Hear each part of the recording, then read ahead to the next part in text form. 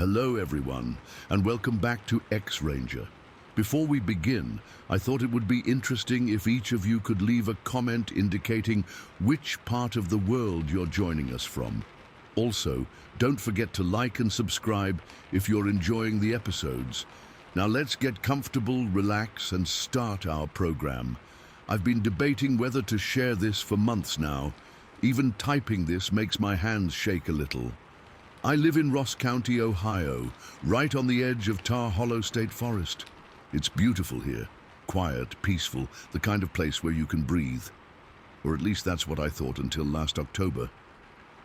That night started like any other. I was curled up on my couch with Victor, my retired military working dog, a Belgian Malinois who'd served 2 tours in Afghanistan before becoming my companion 4 years ago. We were watching some mindless reality show, and I remember feeling comfortable, safe. Victor was half asleep beside me, his head heavy on my leg. Around 9:30, I felt this, I don't know how to describe it. A weird sensation crawled up my spine, like someone was watching me. The hairs on my arms stood up, and I had this sudden urge to close the blinds on my patio doors. They're these big, sliding glass doors that face the backyard and the forest beyond. I gently moved Victor's head and got up to pull the blinds closed. Out of habit, I flipped on the outdoor patio light first. I always like to check that nothing's out there before closing up for the night. That's when I saw it, standing right there on my patio, just standing there, completely still. At first, my brain couldn't process what I was seeing. It was tall, taller than my doors, which are almost 7 feet. Its body was massive, with shoulders that seemed twice as wide as a normal man's. The creature was covered in short, dark hair or fur, not shaggy like I'd always imagined Bigfoot would be, but more like a close-cropped coat. What struck me most was its face. It had this wide nose that still looked strangely human and a square, pronounced jaw. Its head sat low on its trunk, almost like it didn't have much of a neck. For what felt like an eternity but was probably only a second or two, we just stared at each other through the glass. Its eyes... God, its eyes. They were dark but intelligent, not animal eyes. There was something in them that knew me, that was studying me. Then Victor woke up. He must have sensed something was wrong because he went from drowsy to full alert in a heartbeat. When he saw the creature, he exploded. I've never heard him make sounds like that before, not even during the thunderstorms he hates. He launched himself at the glass doors with such force that I thought they might shatter. I grabbed for his collar, but he was so worked up that I could barely hold him. The creature's reaction is burned into my memory. It didn't run away immediately. Instead, it crouched down, lowering its massive body, and I swear to God it showed its teeth. They were blocky, almost rectangular, not sharp like a predator's, but strong-looking. My blood turned to ice. I was certain it was going to smash through the glass. I remember thinking, this is it. This is how I die. But then it turned and moved away with this fluid, rolling gait that seemed impossible for something so large. It disappeared into the darkness of the tree line within seconds.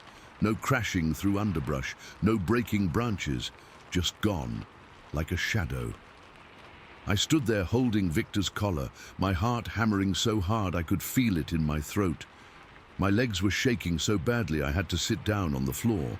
Victor kept barking and growling at the door for at least 20 minutes, his body rigid, hackles raised. I've never seen him so agitated. I didn't sleep that night. I sat in my living room with all the lights on, Victor pacing and periodically returning to the door to growl. I kept Matthew's hunting rifle across my lap. Matthew is my late husband. He passed 3 years ago from cancer. I'd never fired the rifle before, but that night I kept it close. The next morning I convinced myself I'd imagined it. Stress, an overactive imagination, maybe the medication I take for my arthritis. I told myself all kinds of lies because the truth was too terrifying to accept. But deep down, I knew what I'd seen. Life went back to normal for a while. I was jumpy, especially at night, but nothing happened. No more sightings. Victor would sometimes stare out toward the tree line and growl, but I told myself it was just deer or raccoons. Then, about 3 months later, in January, it came back. It was earlier this time, just as dusk was settling in, that grey-blue time when the world gets quiet. I was in the kitchen washing dishes when Victor started whining at the back door. Not barking or growling, just this high-pitched, anxious whine I'd never heard from him before. I dried my hands and went to check on him. He was standing rigid by the door, staring out into the yard. I followed his gaze and felt my stomach drop. It was there again, standing at the edge of the woods, partially hidden by a large oak tree, just watching. Even from that distance, maybe 50 yards, I could tell it was the same creature, the same massive frame, the same stillness. Before I could react, Victor somehow managed to hit the door handle with his paw, something he'd never done before. The door swung open, and he was out like a shot. I didn't even have time to give a command. My brave, loyal Victor charged straight at the creature, barking furiously. What happened next? I still have nightmares about it. The creature didn't run. It stood its ground as Victor approached. I was screaming for Victor to come back, fumbling with the deadbolt on the door to go after him. But by the time I got the door open, Victor had reached the tree line. The creature moved so fast. One moment it was standing still, the next it had swept one massive arm out. I heard Victor yelp, a sound that will haunt me forever. Then silence. I ran barefoot across the yard, not thinking about my own safety, just desperate to reach Victor. The creature was gone by the time I got there. Victor was lying motionless beside the oak tree. He was still breathing, but barely. His body was wrong, broken in ways that shouldn't be possible from one blow. I gathered him up as gently as I could. He weighed almost 80 pounds, but somehow I carried him back to the house. I was sobbing, talking to him, telling him to hold on. His eyes were open, looking at me with such trust and confusion, as if to ask why I couldn't fix this. I put him in the car and drove like a maniac toward the vet in Chillicothe, but he was gone before we made it halfway there. My beautiful, brave boy died in the passenger seat while I stroked his head with one hand and gripped the steering wheel with the other. The next day, I buried him under the silver maple at the corner of the yard. It was his favorite spot to lie in the summer when the shade was thick. I couldn't bear to leave him anywhere else. Since then, I've changed how I live. The curtains get closed before sunset without exception. Matthew's rifle stays in my bedroom, loaded. I've installed motion sensor lights all around the property and a security system with cameras. My neighbors think I'm paranoid. They give me these pitying looks when I try to explain why I won't go out after dark. I haven't seen the creature again, but I know it's out there. Sometimes at night, I hear wood knocking sounds from the forest edge. 3 distinct knocks, then silence. I've researched enough to know that's associated with Bigfoot communication. Other times, I wake up at 3 or 4 in the morning with that same crawling sensation up my spine, the feeling of being watched. I'm not asking anyone to believe me. Most people don't. They think I'm a lonely widow who's lost her mind after losing her dog. The vet wrote on Victor's death certificate that he was likely hit by a car or attacked by a larger animal, possibly a bear. But there are no bears in this part of Ohio. Not officially, anyway. What I know is this: that creature looked into my eyes that night and saw me. Really saw me. It wasn't just an animal stare. There was intelligence there. Purpose. I believe that first night was a warning. It could have broken through that glass if it wanted to. It was showing me it could. And when Victor confronted it, it didn't just defend itself. It eliminated a threat. Efficiently. Deliberately. I think about moving sometimes, but where would I go? How do I know these things aren't everywhere, just hiding in the shadows of forests all across the country? At least here, I know what I'm dealing with. I know to be careful. So I stay, with my curtains drawn and my rifle close, jumping at every twig snap and owl hoot, wondering if tonight will be the night it decides to come back, wondering if next time glass doors won't be enough to keep it out. That look through the glass haunts me more than anything. It wasn't just seeing something impossible, it was being seen by it, like it was making a decision about me, about whether I was a threat or not. I passed some tests that night. Victor didn't. So now I wait, living on the edge of a forest that no longer feels like mine, knowing that something ancient and powerful considers this its territory, and I'm just a guest who's been permitted to stay. For now. Story 2. To the day I realized I wasn't alone in the woods. I've been hunting in Washington state for over 30 years now. Started when I was just a kid with my dad, and it's been a part of my life ever since. I know the forest here like the back of my hand. Every ridge, every valley, every game trail. Or at least I thought I did until that day in October 2006. It was a perfect fall morning, cool but not cold, with that crisp autumn air that makes everything seem sharper somehow. The leaves had started to turn, painting the hillsides with splashes of red and gold. I'd gotten to my spot before dawn, a remote slope in the eastern Cascades where I'd had luck with deer in previous seasons. I was set up in a natural blind, tucked into a small depression about halfway up the slope. Had my camo on, face paint, the works. I was downwind, completely hidden, with a clear view of a game trail that cut across the hillside about 80 yards above me. Perfect position. The morning passed quietly. Saw a few does early on, but nothing I wanted to take. Around 11, the woods got real still. You know that silence that comes sometimes? Where even the birds shut up. At first, I thought maybe a cougar was moving through. They can hush up a forest real quick.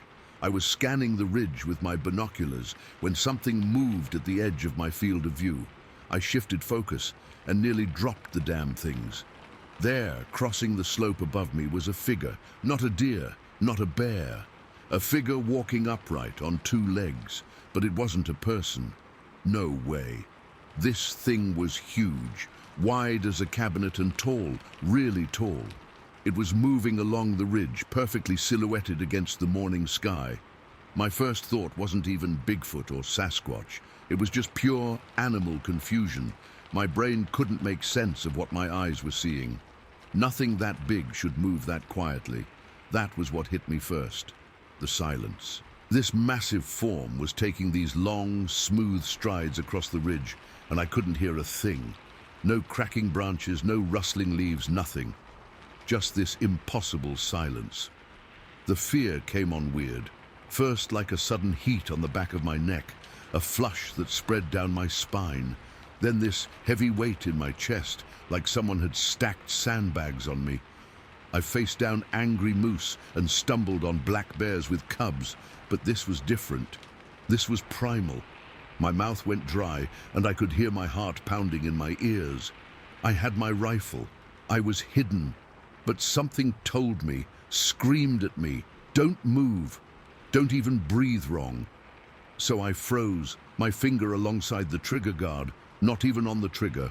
I started counting my breaths to keep from panicking. In for 4, hold for 4, out for 4, over and over. The figure kept moving along the ridge. Its strides were impossibly long, covering ground in a way that seemed effortless. The profile was unmistakable. A large, conical head that seemed to sit directly on massive shoulders, long arms, a powerful torso that tapered to a narrower waist. Not a bear, definitely not a man in a suit. This was something else entirely. As it reached the tree line at the far end of the ridge, it paused. Just for a second, it didn't turn its head, didn't make any obvious movement to scan its surroundings, but I knew. I absolutely knew. It was aware of everything around it, including me. Then it was gone, melting into the trees like it had never been there at all. I stayed frozen for what must have been 20 minutes, though it felt like hours. My muscles were cramped, my back was killing me, but I didn't dare move. Not until I was absolutely certain it was gone. In those long minutes, the forest slowly came back to life. A chickadee started chattering, then a squirrel. Nature's all-clear signal. When I finally found the courage to move, my hands were shaking so bad I had to set my rifle down. I've been hunting all my adult life, and I've never had buck fever that bad. This wasn't excitement, though. This was raw fear, the kind that turns your insides to water. I debated with myself for a long time about what to do next. The smart thing would have been to pack up and head back to my truck. But curiosity is a powerful thing. I had to know if what I'd seen was real or if my mind had played some elaborate trick on me, so I moved upslope toward the ridge where the figure had crossed. Every step was an effort. I kept my rifle ready, scanning constantly, my ears straining for any sound that didn't belong. The slope was steeper than it looked, and by the time I reached the game trail, my legs were burning and I was breathing hard. What I found there stopped me cold. The trail, which was mainly short grass and scattered ferns, had been flattened, not just in a narrow path like a person would leave, but in wide swathes, like someone had dragged a small mattress across it. The crushed vegetation formed a clear path along the exact route I'd watched the figure take. And the smell. God, the smell. It wasn't the rotting stench that people sometimes describe in Bigfoot stories. This was earthier, muskier, like wet soil, an unwashed animal, and something else I couldn't place. It hung in the air like a physical presence, making me taste it in the back of my throat. I stood there, rifle half raised, sweat cooling on my skin, despite the mild day. And that's when the true horror of the situation hit me. Not the sight of the creature, not the flattened path, not even the alien smell. It was the sudden bone-deep certainty that I was being tolerated. All my life in these woods, I'd thought of myself as the predator, the top of the food chain, the one doing the stalking. But standing there on that ridge, I understood with perfect clarity that I had never been the apex predator here. I had just never encountered the thing that was. I didn't take photos of the tracks, didn't collect hair samples, or make casts of footprints. In that moment, none of that even occurred to me. All I wanted was to be somewhere, anywhere else. I backed away from the trail, keeping my eyes on the tree line where the figure had disappeared. I moved carefully, deliberately, the way you might if you'd accidentally wandered into someone's house and were trying to leave without being noticed. The trip back to my truck was the longest hike of my life. I kept looking over my shoulder, scanning the trees, jumping at every snapped twig. By the time I reached the logging road where I'd parked, my shirt was soaked with sweat despite the cool air.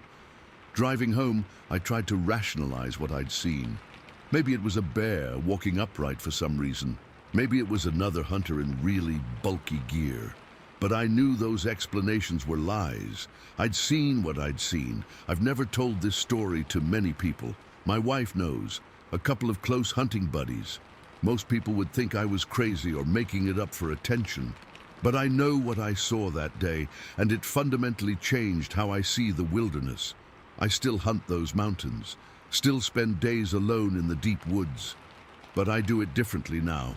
More carefully, more respectfully, like I'm a guest in someone else's home. Because the most terrifying thing wasn't seeing a creature that shouldn't exist. It was the realization that it saw me too, and chose to let me go. I think about that choice a lot, about what might have happened if it had made a different one. Sometimes when I'm in the woods now, I'll get that feeling again. That heat on the back of my neck, that heavy silence. And I'll know I'm not alone. I'll know I'm being watched, evaluated. I've never seen another one as clearly as I did that day, but I've felt their presence, heard strange calls in the twilight, found odd structures of sticks and branches that no human made. The forest hasn't changed. The trees are the same. The game trails follow the same paths. But my place in it has shifted. I'm not the hunter I once thought I was.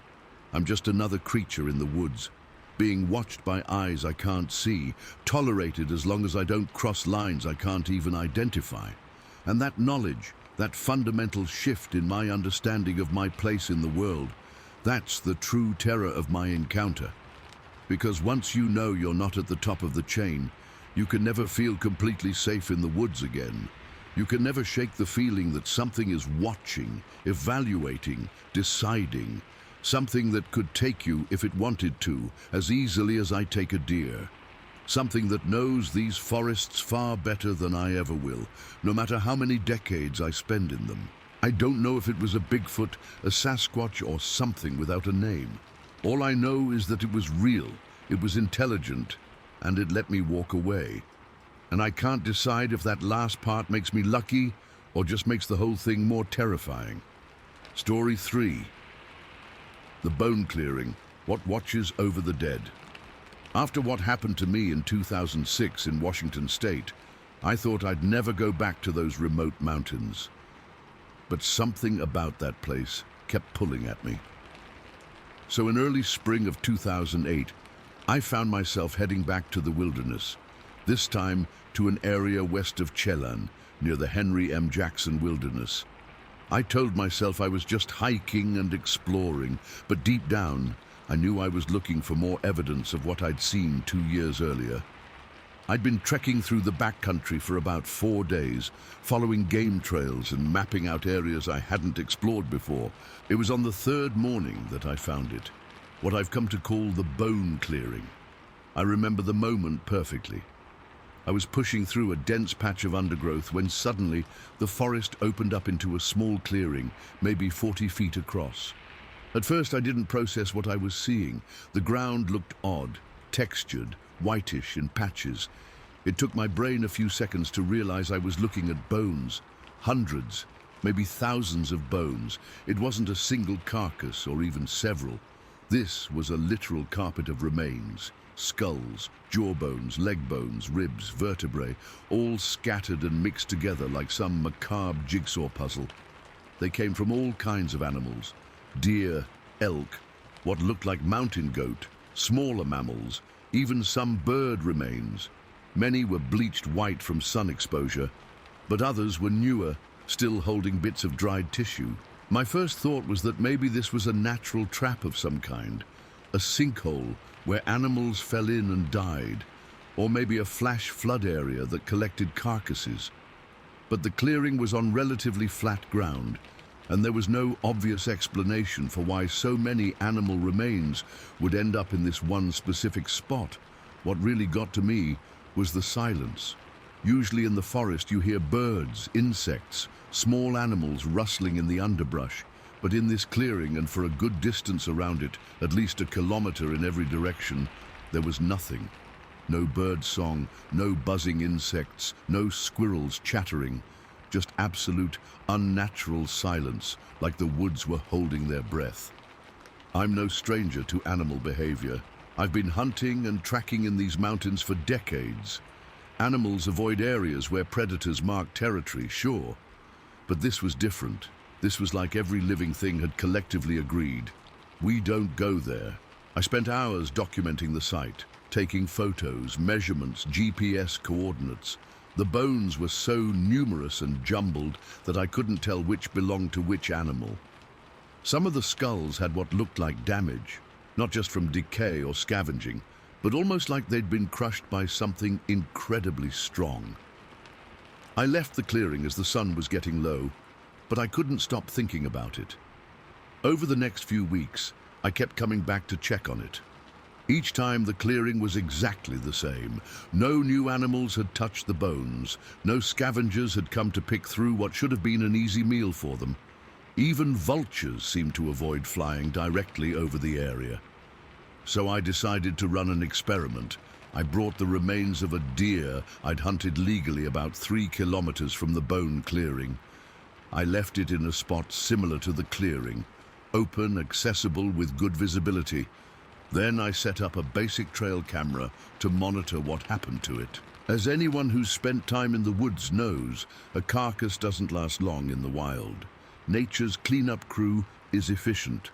Within a week, my deer had been visited by coyotes, birds, insects, the usual suspects.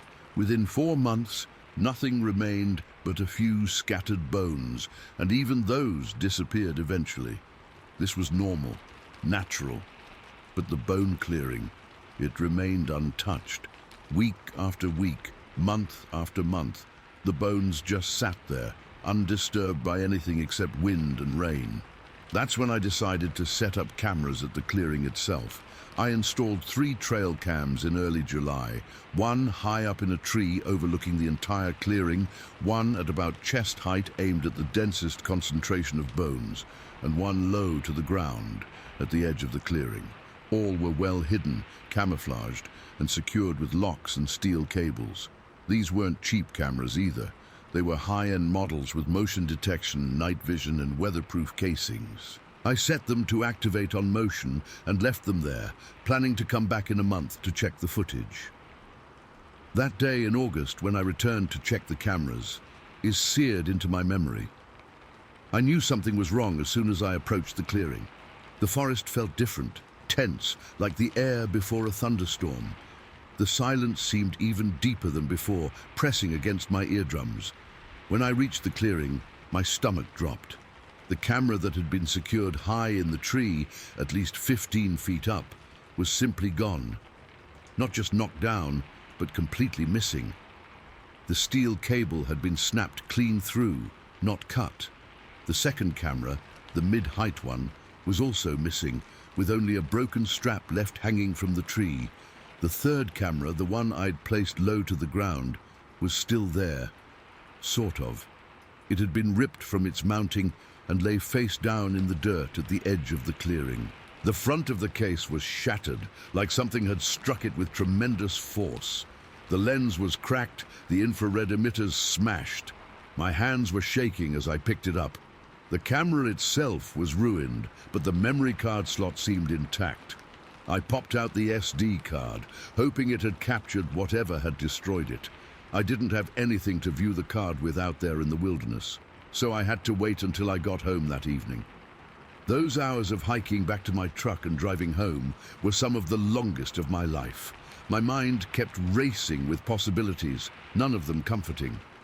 When I finally got home and plugged the card into my computer, I found only 2 usable images.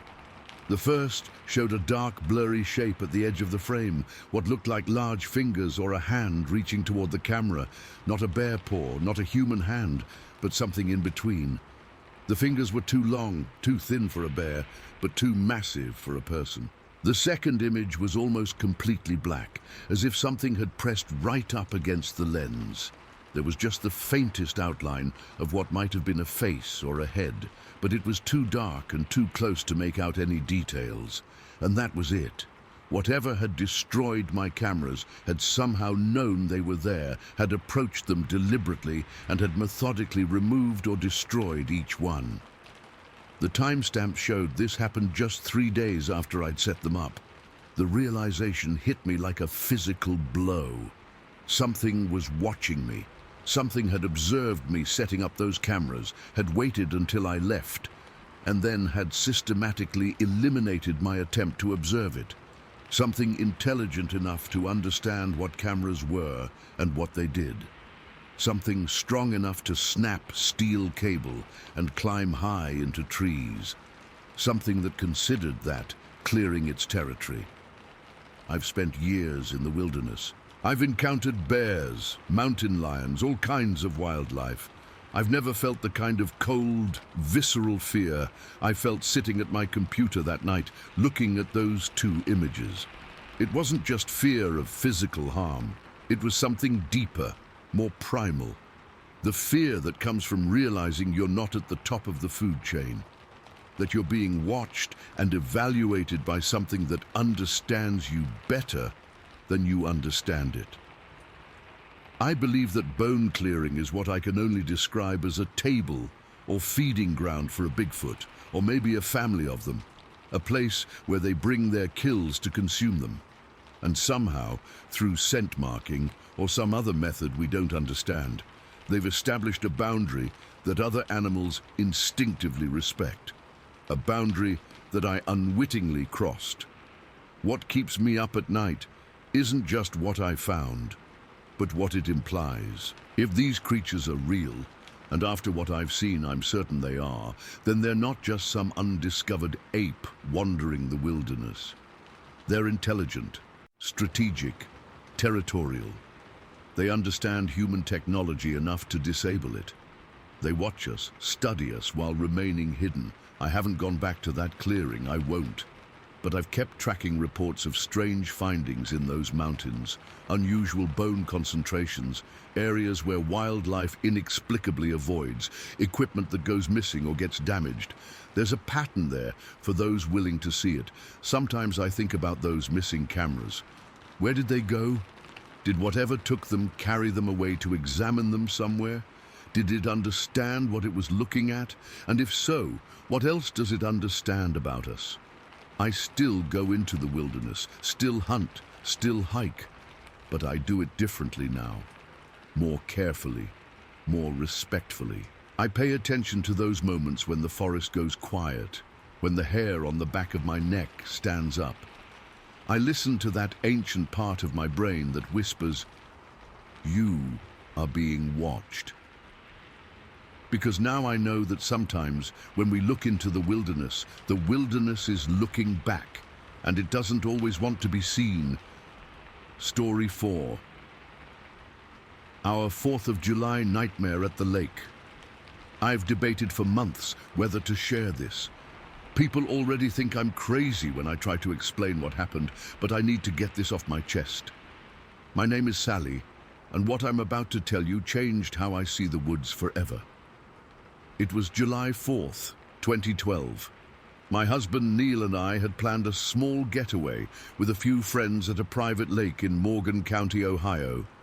The property belonged to Neil's uncle, who let us use it a couple times a year. It's this beautiful spot, about 15 acres of water surrounded by thick woods with an old cabin and a small dock. What made it perfect was how isolated it felt, even though it wasn't actually that far from civilization. There's a gravel access road and power lines running along one side of the property, but otherwise it's just trees in every direction. We'd been going there for years without incident. This time we arrived around noon, set up our tent near the cabin. We preferred sleeping outside when the weather was nice, and spent the day swimming, fishing, and grilling. Just your typical 4th of July stuff. Our friend, I'll call him Mike, had brought his kayak and was having a blast paddling around the lake. Everything was completely normal until after dark. We had a campfire going, drinking a few beers, roasting marshmallows, all that typical camping stuff. The moon was full that night, which made the lake look amazing, all silvery and still. Around 11:30, Mike decided he wanted to take his kayak out one more time. We teased him about being drunk. He wasn't.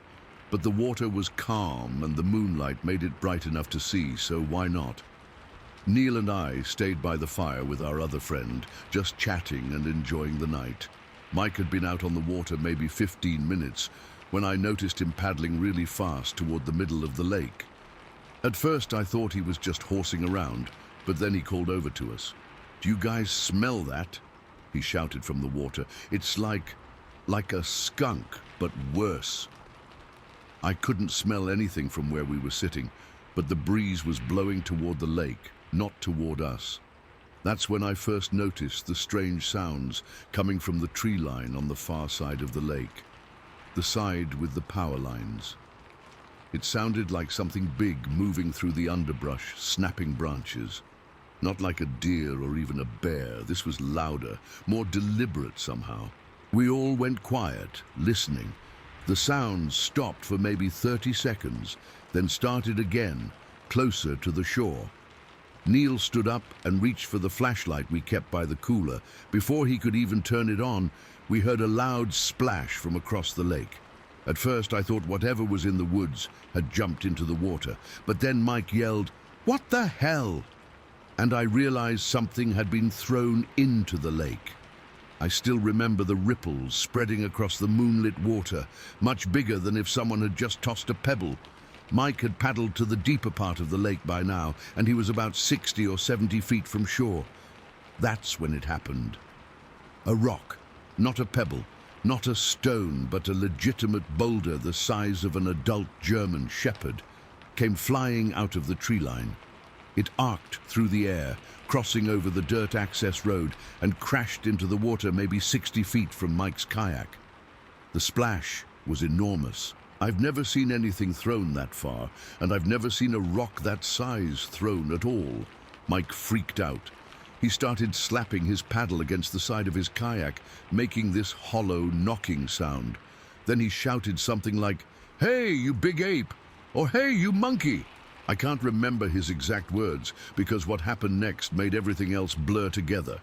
Another rock flew out from the trees. This one was even bigger, and it landed maybe 30 feet from Mike's kayak. The splash almost reached him. I was frozen in place. Neil grabbed my arm so hard it left bruises. Our other friend was already backing toward the cabin. None of us could process what we were seeing. Who could throw rocks that size and that far? That's when I saw it. At first, it was just movement at the edge of the trees. Then, in the bright moonlight, I could make out a figure peeking from behind a thick oak tree. It was moving its body side to side, almost like it was swaying or rocking. Then it stepped partially out from behind the tree, and I felt the blood drain from my face. The creature wasn't tall, maybe 4.5 to 5 feet, but it was wide, impossibly wide. Its chest looked twice as broad as Neil's, and Neil is a big guy. Its shoulders were massive, and its head seemed to sit directly on those shoulders, like it barely had a neck at all. But what really struck me were its eyes. Even from across the lake, I could see them catching the moonlight, a dark, amber yellow color that reflected back like a cat's or dog's eyes, but larger. Its fur was a dull brown, almost exactly the color of tree bark, which is probably why we didn't spot it sooner.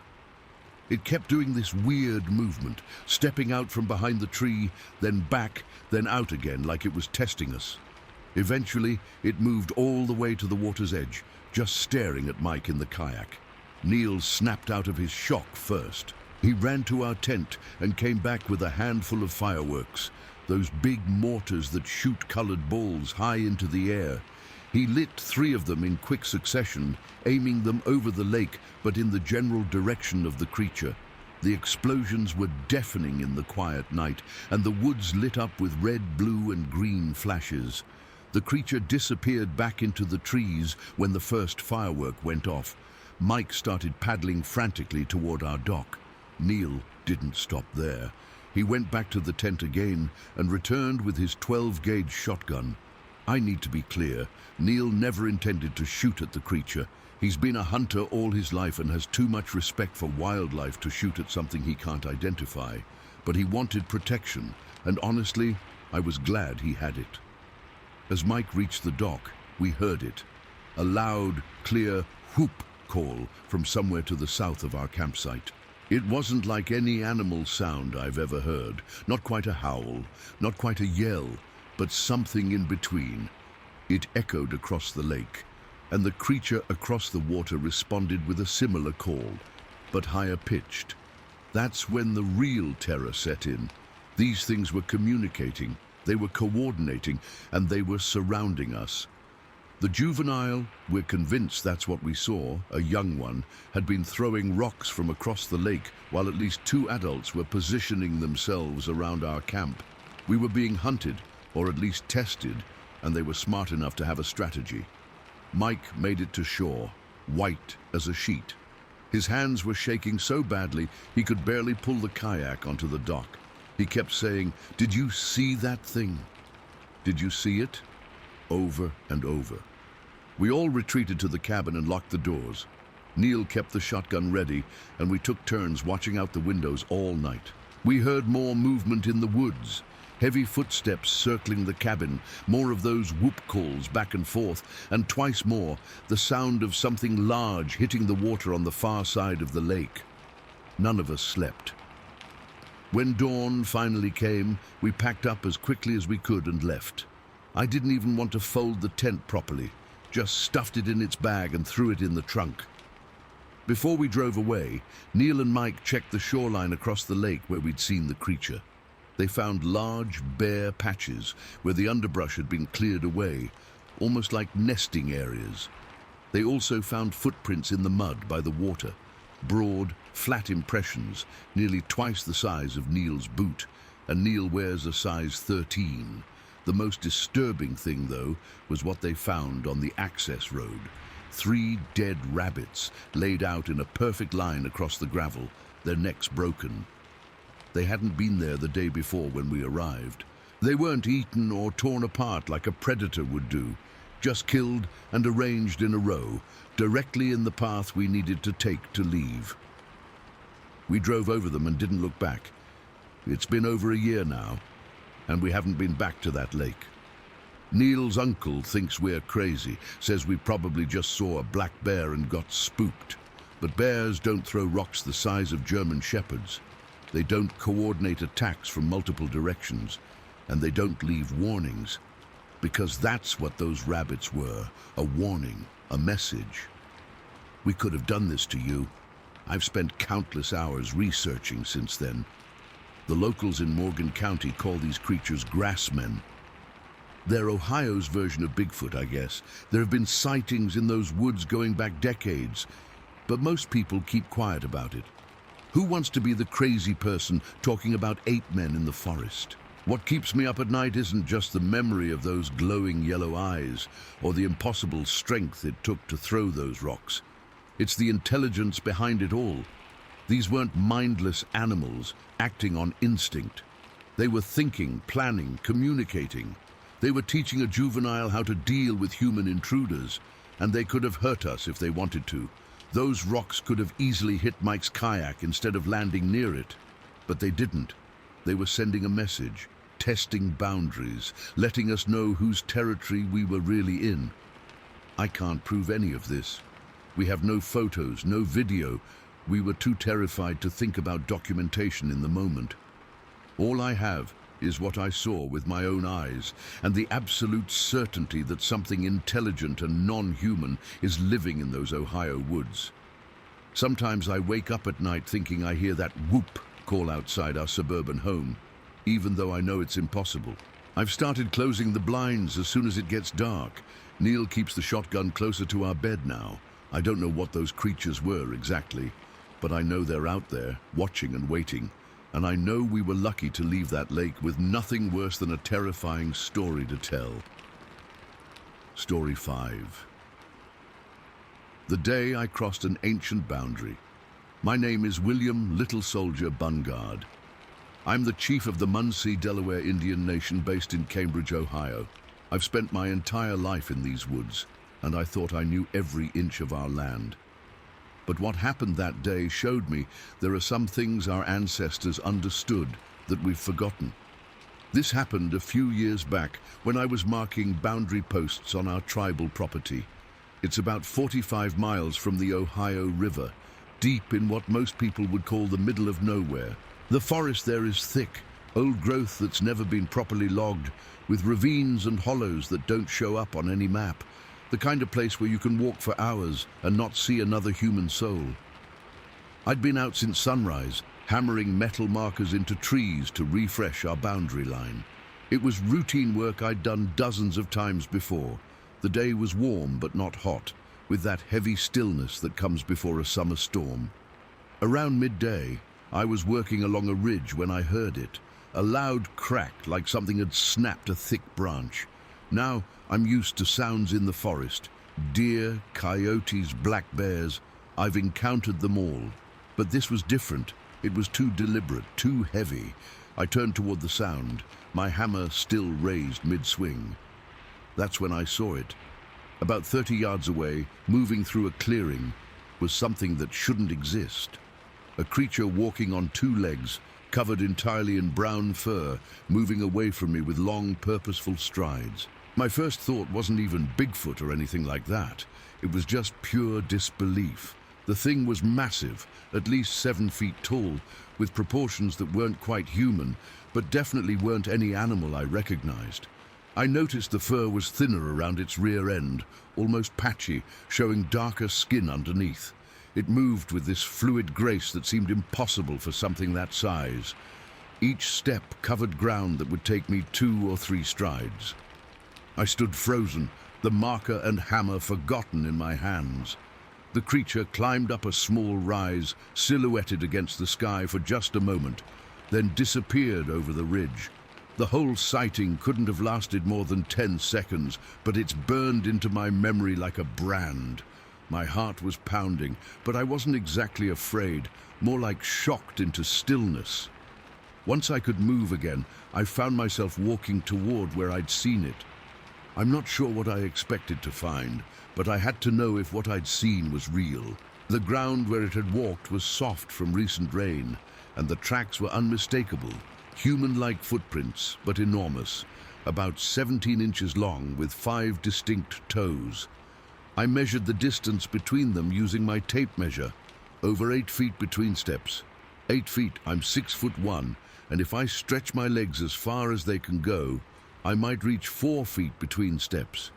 This thing was covering twice that distance with a casual stride, and there wasn't just one set of tracks.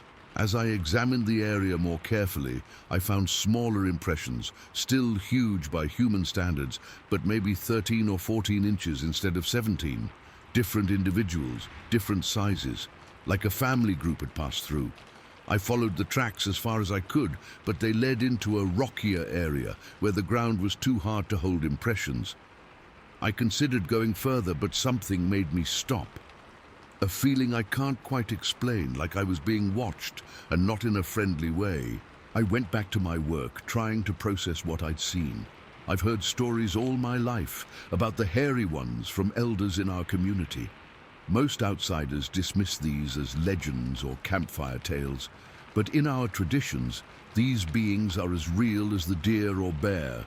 They're understood to be people of a different kind, sharing the land with us, but preferring to remain apart. I finished marking the posts that day with one eye always on the tree line, but I didn't see the creature again. I told a few trusted people in our community about what I'd seen. Some nodded knowingly, others shared their own encounters. One elder showed me a casting he'd made of a similar footprint found in snow the previous winter. I thought that would be the end of it.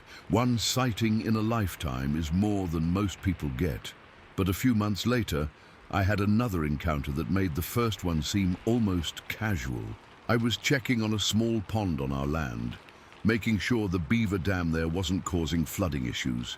It was late afternoon, the sun still well above the horizon, but starting to slant through the trees. I'd brought 2 of my dogs with me, a German Shepherd mix and a younger Labhound cross. Both are good hunting dogs, fearless to a fault. I was kneeling by the water's edge, checking how high the level had risen, when the sound hit me. A scream that ripped through the quiet forest like a physical force. It started low and rose to a pitch that made the hair on my arms stand up. Not a mountain lion. I've heard those before. Not a bear. Not anything I could name except I had heard it once before, back in 1975. The memory of that earlier scream flooded back instantly. Same sound, same bone-deep feeling of wrongness. The kind of sound that bypasses your thinking brain and goes straight to the primitive part that knows when it's time to run. My dogs, who would normally tear off barking toward any strange noise, did something I've never seen them do before or since. They tucked their tails between their legs, lowered their heads, and backed up until they were pressing against my legs, whimpering. These dogs that would fearlessly tree raccoons and chase off coyotes were suddenly acting like terrified puppies. The scream came again, followed by the unmistakable sound of branches breaking, not small twigs, but the thick snap of substantial wood being broken with force. Whatever was making that noise was big, and it was strong, and it wasn't far away. I should have left immediately. Everything in me was screaming to get out of there. But curiosity is a powerful thing. I took a few cautious steps toward the sound, my frightened dogs reluctantly following. We moved maybe 50 yards into the thicker woods, and I could hear something large moving through the underbrush ahead of us. Not crashing blindly, but moving with purpose, breaking branches as it went. Then my legs simply stopped working. It wasn't a conscious decision to halt. My body made the choice for me. Something primitive and wise in my hindbrain slammed on the brakes and said, "This is as far as you go." I stood there listening to the thing move through the forest ahead of me. It wasn't trying to be quiet. If anything, it seemed to be deliberately making noise, breaking more branches than necessary for movement, marking its territory, setting a boundary. And I understood in that moment that I was crossing a line I shouldn't cross. This wasn't my space anymore. I was being warned. I backed away slowly, calling my still trembling dogs to follow. They didn't need any encouragement. They were already halfway back to the pond. I didn't run, didn't panic, just walked steadily and respectfully away from that invisible line. When I got back to the pond, I sat on a fallen log for a long time, trying to make sense of what had happened. The fear was real, yes, but there was something else mixed with it, a kind of understanding. This land that we call ours has never truly belonged just to us. We share it with older neighbors who usually prefer to remain unseen. Our community has found evidence of their presence for generations, giant human-like feces, footprints in snow and mud, strange structures of bent saplings that no human made. Most people explain these things away or ignore them entirely. It's easier that way, but I know what I saw that day in the clearing. I know what I heard by the pond, and I know now that there are boundaries in these woods that don't appear on any map or deed, ancient boundaries that deserve respect. What makes our land special? I've thought about this a lot. We have ancient altars from our ancestors. We have old-growth trees that have stood for centuries. We have abundant game and clean water. It's the kind of place where anything could thrive, including neighbors who prefer to remain invisible until they decide otherwise. I still go into those woods. I still check that pond. But I do it differently now, more carefully, more respectfully. I pay attention to the feeling in my gut that tells me when I'm approaching one of those invisible boundaries. And I listen, really listen, to the silence that sometimes falls in the forest. Because sometimes silence isn't empty, it's listening back. The dogs that were with me that day never went near that section of forest again. No matter how I called or commanded, they would stop at a certain point and refuse to go further. Animals know things we've forgotten. I don't tell this story to convince anyone or to sensationalize what happened. I tell it because I believe these encounters happen more often than people admit, and because I think there's wisdom in acknowledging that we're not alone in these woods. Never have been. There are neighbors who were here before us, who will likely be here after us, who observe our comings and goings with intelligent eyes. Most of the time, they're content to remain hidden, but occasionally they remind us where the true boundaries lie. And when they do, the wise thing, the only thing, is to listen. Story 6. When the dogs turned back, my eclipse day encounter. I don't share this story often. Most times when I try, people look at me like I've lost my mind or had too much to drink. But what happened that day in 1975 changed how I see the woods forever. Changed how I understand my place in them too. My name is William Little Soldier. Some folks know me as the chief of the Muncie, Delaware Indian Nation in Cambridge, Ohio. Back in '75, I was much younger, living in Yellow Springs. That spring, there was a partial solar eclipse coming, and a bunch of us decided to hike out to a good viewing spot in the woods outside town. It was one of those perfect Ohio spring days. Not too hot yet, everything green and growing after the winter thaw. The eclipse wasn't going to be total in our area, but it was still a big deal. We packed some food, drinks, and viewing glasses and headed out to this clearing on a ridgeline that gave a good view of the sky. There were 6 of us that day, me, 3 guys from my work, and a woman named Marla who brought her 2 Dobermans. Those dogs were something else, purebred, trained for protection, muscular and alert. Marla was a single woman living alone, and those Dobermans were her security system. They obeyed her every command, and I'd never seen them back down from anything. They'd chase off stray dogs 3 times their size without hesitation. We got to the clearing around 10 in the morning, with the eclipse expected around 11:30. The spot was perfect, a natural opening in the forest with fallen logs to sit on, surrounded by dense woods on 3 sides, and a view of the valley on the 4th. We set up our little picnic, drank some beers, and waited for the sky show to start. Looking back, I remember noticing how quiet it got as the eclipse approached. Not just people getting silent to watch, but the woods themselves.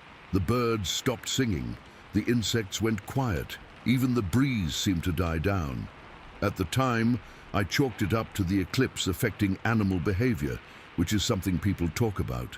Now, I wonder if it was something else entirely. As the moon started crossing in front of the sun, casting that weird, dim light that's not quite day and not quite dusk, I heard it for the first time. A sound that didn't belong. A long, drawn-out note, not quite a howl, not quite a scream, that seemed to come from the dense forest to our left. It was the kind of sound that vibrates in your chest cavity, that you feel as much as hear.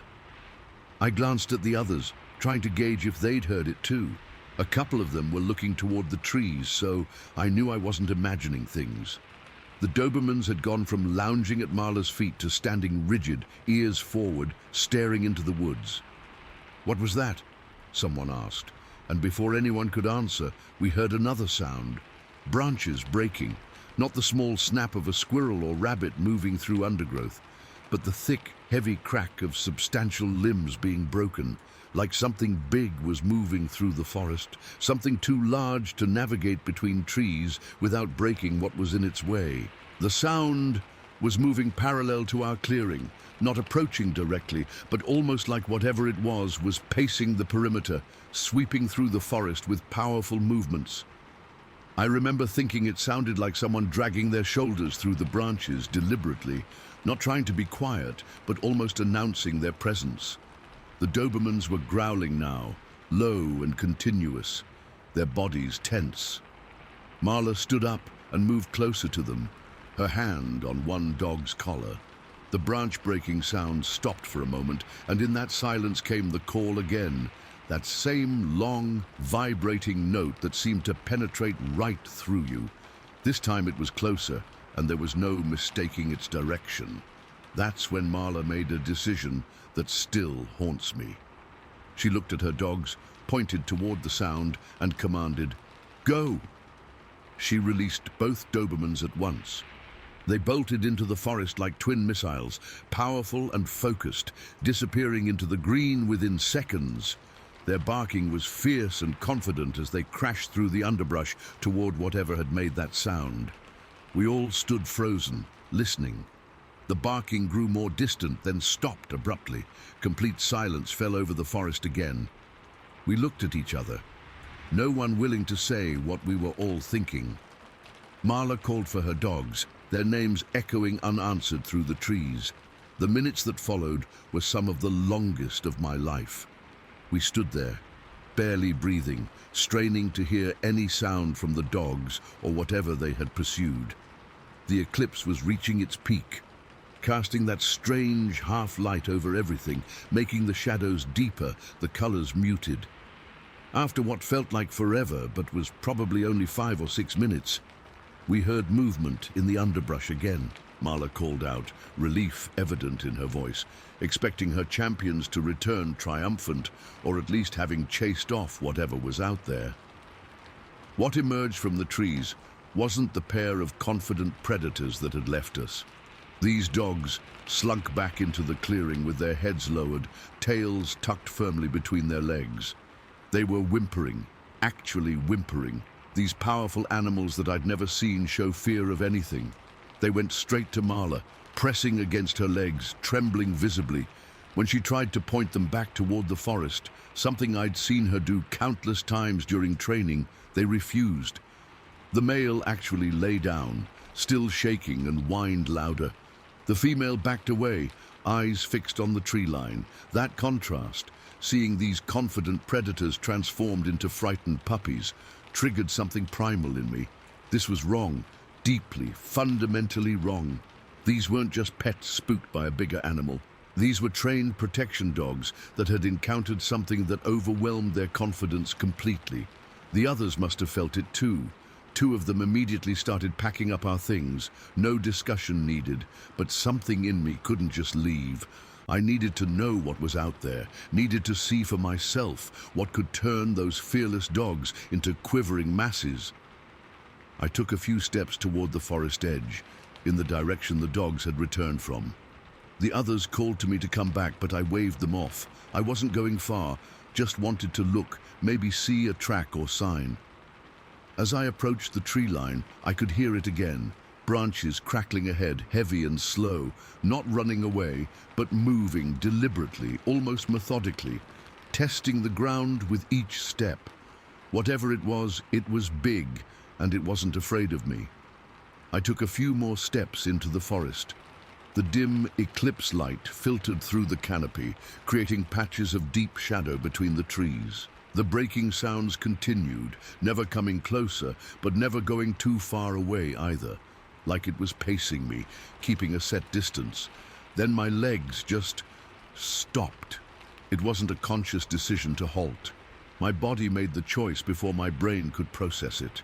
Some ancient survival instinct kicked in and simply refused to let me go any further. I stood there, heart pounding in my throat, sweat beading on my forehead despite the cool air. The branch breaking stopped too. Complete silence fell, heavy and expectant. I had the overwhelming sense of being watched, evaluated, like whatever was in those shadows was deciding something important about me, about all of us. I backed away slowly, never turning my back to the forest. When I reached the clearing, the others were ready to go, packs shouldered, faces tense. We left in silence, hiking back much faster than we'd come out, the dogs still subdued and walking close to Marla's legs. I never saw what made those sounds, never caught even a glimpse of movement or shape in the trees. But I saw something else that day. I saw my own limits, recognized that invisible line beyond which curiosity becomes foolishness, felt the boundary between being the observer and becoming the observed. We made it back to the cars without incident, no pursuit, no further sounds from the forest. It was almost like we'd been allowed to leave, like whatever was watching had decided we weren't worth the trouble, or perhaps that we weren't a threat. In the years since, I've had people suggest all kinds of explanations. A bear, though they're rare in that part of Ohio. A wildcat. Even other hikers playing a prank. But none of those explain what happened to those dogs. Animals know things we don't. They sense things we've forgotten how to sense. And what those Dobermans encountered that day was something that their instincts recognized as an apex predator, something to be feared and avoided at all costs. I've been in the woods all my life, hunted, hiked, lived close to nature, but there are times when the forest reminds you that you're just a visitor, that there are older things there, things that understand territory and boundary in ways we've forgotten. I heard that same call again decades later on our tribal land, recognized it instantly, that long, harsh note that makes your chest vibrate in response.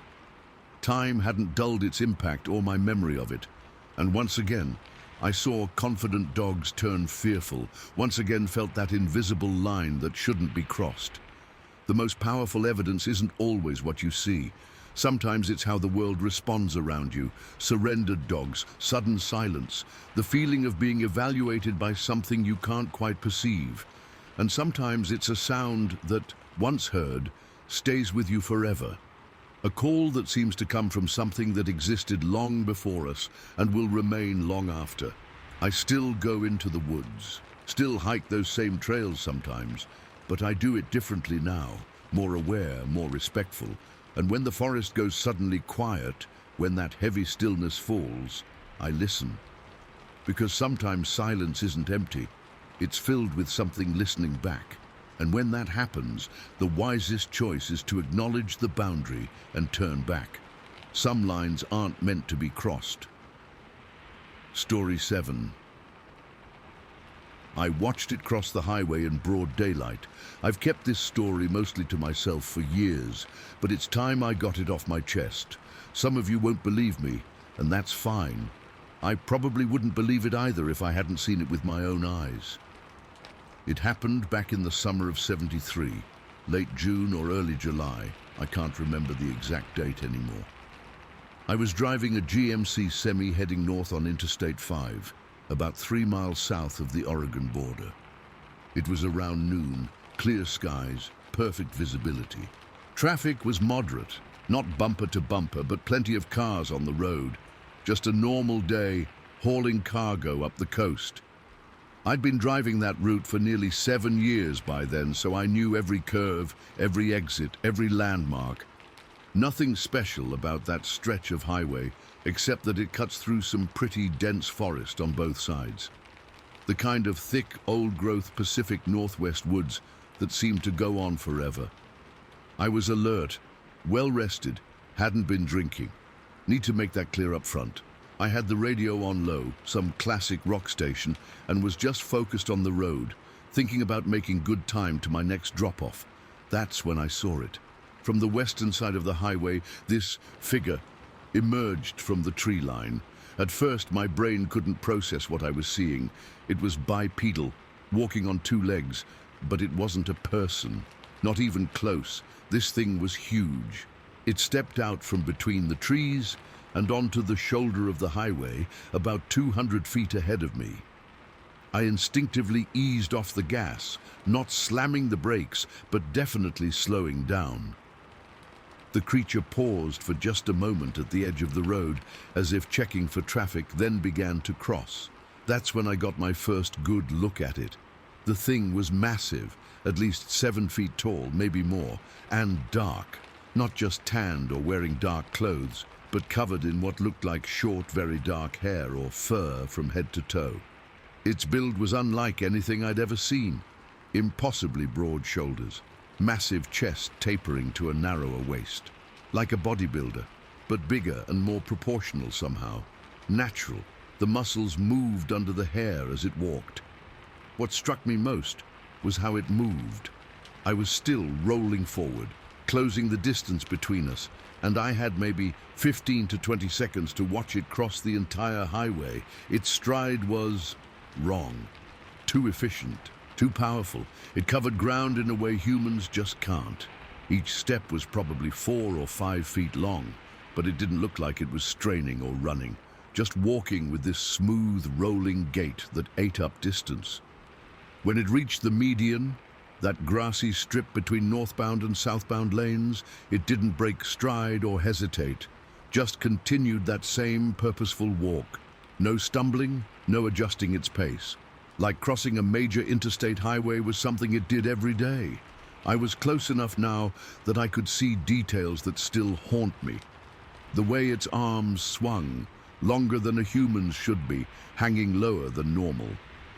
The shape of its head, conical, sitting directly on those massive shoulders with almost no neck. The width of its back, broader than any person I've ever seen. It never turned to look at me or any of the other vehicles. Just kept moving east, straight across all lanes of traffic. Cars were slowing down on both sides of the highway now. A couple had already pulled onto the shoulder. As the creature reached the eastern shoulder and headed for the tree line, I finally snapped out of my shock enough to look around at the other drivers.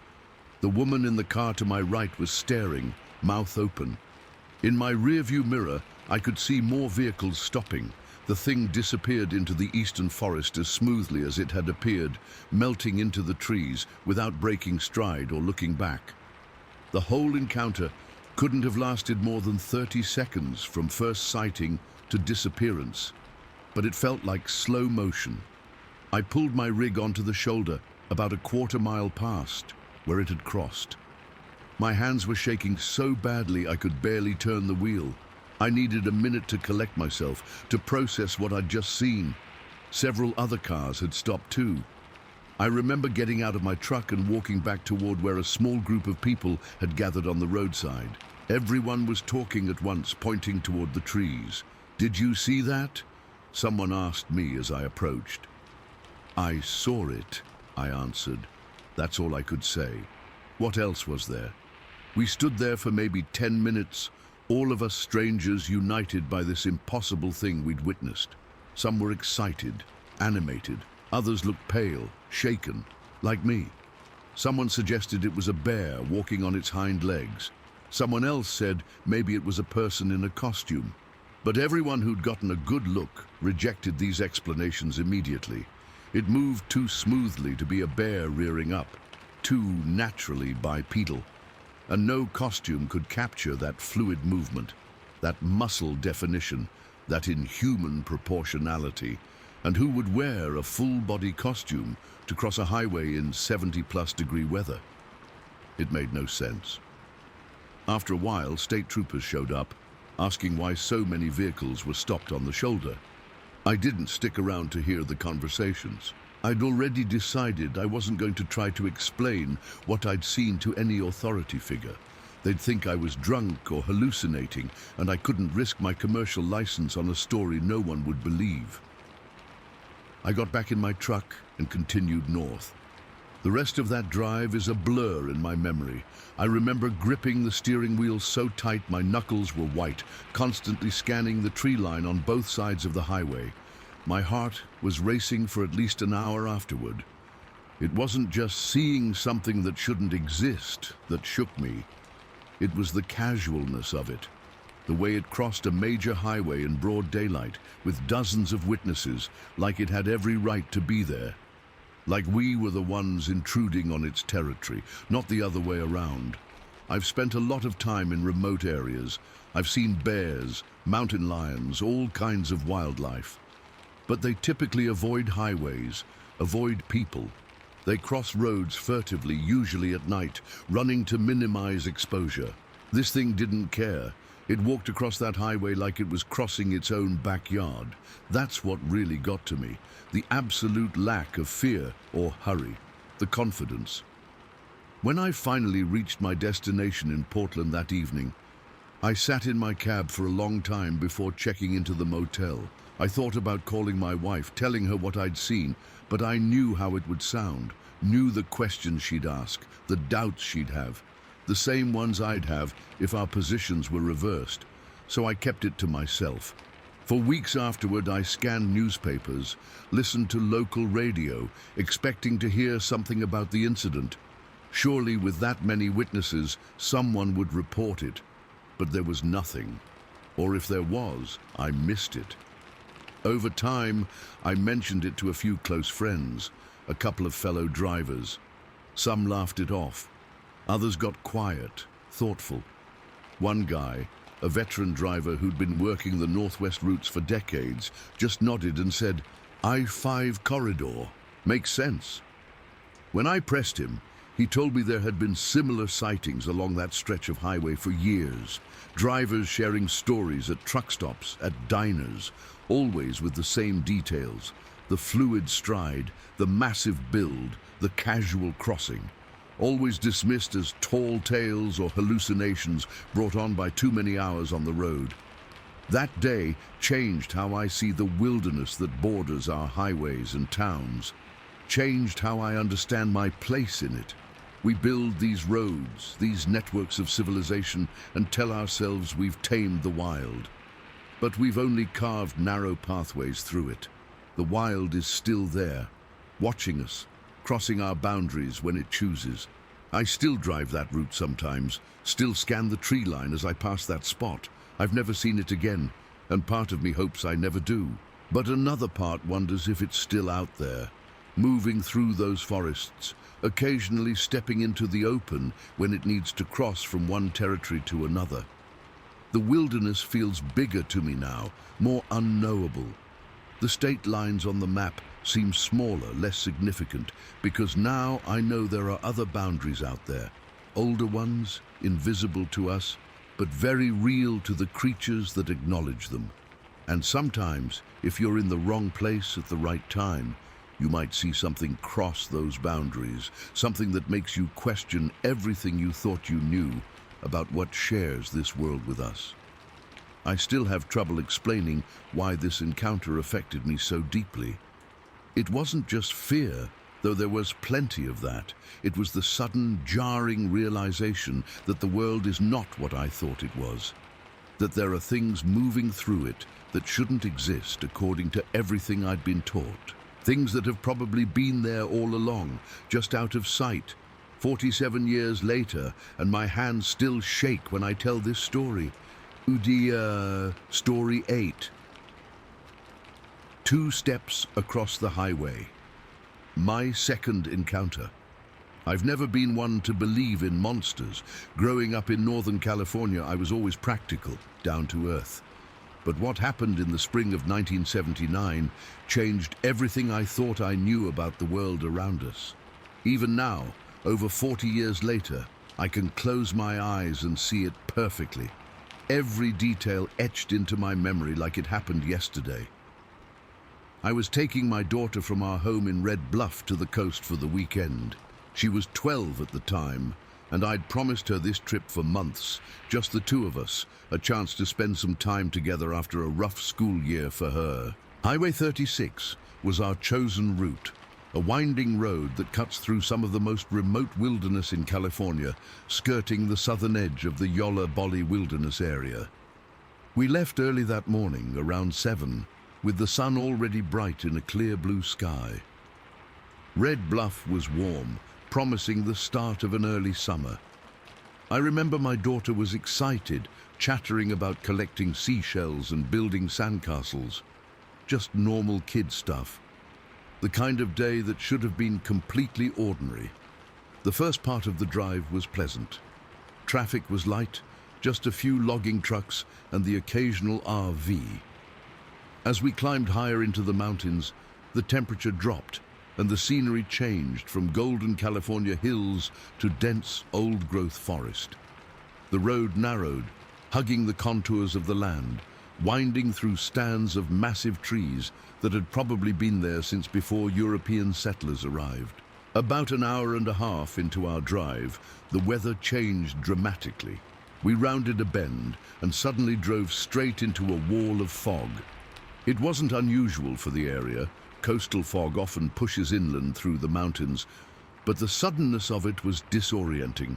One minute we had clear visibility, the next I was slowing to 35 miles per hour, leaning forward over the steering wheel, straining to see the yellow centerline. My daughter had fallen quiet, lulled by the drive, maybe dozing a little. The car was warm, the radio playing softly, some forgotten 70s song. I remember checking my watch. It was around 10:30 in the morning. We were making good time despite the fog. That's when it happened. We were on a relatively straight stretch of road, the forest pressing close on both sides. Through the mist, I saw movement on the right side of the highway. A young pine tree shook violently, its top swaying back and forth. My first thought was that maybe a bear was scratching against it, or perhaps a deer had run into it. But what happened next defies any logical explanation. In a split second, just a fraction of a moment, a massive figure burst from the tree line and onto the asphalt. I hit the brakes instinctively, though there was no real danger of hitting it because of how fast it moved. This thing, this creature, was on the road directly in front of our car, no more than 20 feet ahead of us. It was huge, covered head to toe in dark, shaggy hair or fur. Not a bear, absolutely not a bear. It was upright on 2 legs, moving with a fluid grace that no human could match. In just 2 enormous strides, it crossed the entire width of the highway and disappeared into the forest on the other side. 2 strides. That's all it took. Highway 36 isn't a major interstate, but it's still a 2-lane highway with shoulders. That's at least 25 to 30 feet of ground covered in 2 steps. The whole encounter lasted maybe 2 seconds. My foot was already on the brake before my brain had fully processed what I was seeing. The car slowed, but never came to a complete stop. There was no need. The creature was already gone. I remember turning to my daughter, my hands white-knuckled on the steering wheel, and asking, "Did you see that?" She didn't answer with words. She just grabbed my arm her fingers digging in, her face drained of color. She'd seen it too. For a few moments we just sat there, the car idling, the fog swirling around us. My heart was hammering in my chest. I couldn't seem to catch my breath. It felt like my lungs had shrunk to half their normal size. I slowly eased my foot back onto the gas pedal and we continued driving, much slower now. Both of us scanning the trees on either side of the road. The fog seemed thicker somehow, more threatening. Every shadow in the forest looked like it might be hiding another creature ready to burst onto the road. My mind was racing, trying to make sense of what we'd just witnessed. I kept coming back to something that had happened years earlier, something I'd tried to convince myself was a trick of the light or a momentary hallucination. Back in '73, I'd been driving south on Interstate 5, just below the Oregon border. It was the middle of the day, bright sunshine, moderate traffic. I'd seen a similar creature cross the highway. That time it had walked more deliberately, taking several strides to cross the road. But it was the same type of being, massive, dark, moving with that same unnatural fluidity. I'd never told anyone about that first sighting. Who would believe me? But now, having seen it again, with my daughter as a witness, I couldn't deny the reality of what we'd encountered. "Dad," my daughter finally whispered, breaking the silence that had fallen between us. What was that? I didn't have an answer for her. Not a good one anyway. I mumbled something about a bear, but we both knew that wasn't true. Bears don't move like that. They don't look like that. What we'd seen was something else entirely. The rest of the drive to the coast passed in a daze. The fog lifted eventually, giving way to sunshine as we neared the ocean. But the bright coastal day couldn't dispel the shadow that had fallen over our trip. That night, in our little motel room with its view of the Pacific, my daughter had nightmares. I heard her crying out in her sleep, and when I woke her, she described dreams of being chased through endless fog by something she couldn't quite see but could feel watching her. I didn't sleep at all. I kept replaying those 2 seconds in my mind, trying to capture every detail before they faded. The height of the creature, at least 7 feet tall, maybe more. The breadth of its shoulders, impossibly wide, with powerful arms that swung with its stride. The color of its fur, a deep, dark brown, almost black in the dim light, and the way it moved. So fast, so sure-footed, crossing the asphalt as easily as if it were crossing a living room carpet. But what stuck with me most was the deliberateness of it all. This wasn't a startled animal that had accidentally wandered onto the road. This thing knew exactly what it was doing. It waited until we were close, then made its crossing in a burst of speed that ensured we'd see it, but not get a prolonged look. It wanted to be seen, just for those 2 seconds, just long enough to let us know it was there.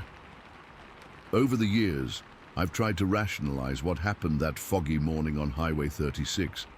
I've read scientific papers about known primates, studied reports of unidentified creatures in the Pacific Northwest, even joined online forums where people share similar experiences.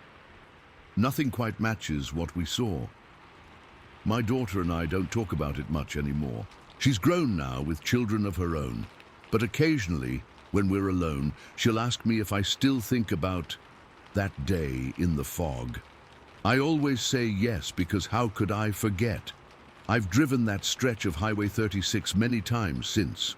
Sometimes I slow down near that same straight section, scanning the tree line, half expecting to see movement, half dreading it.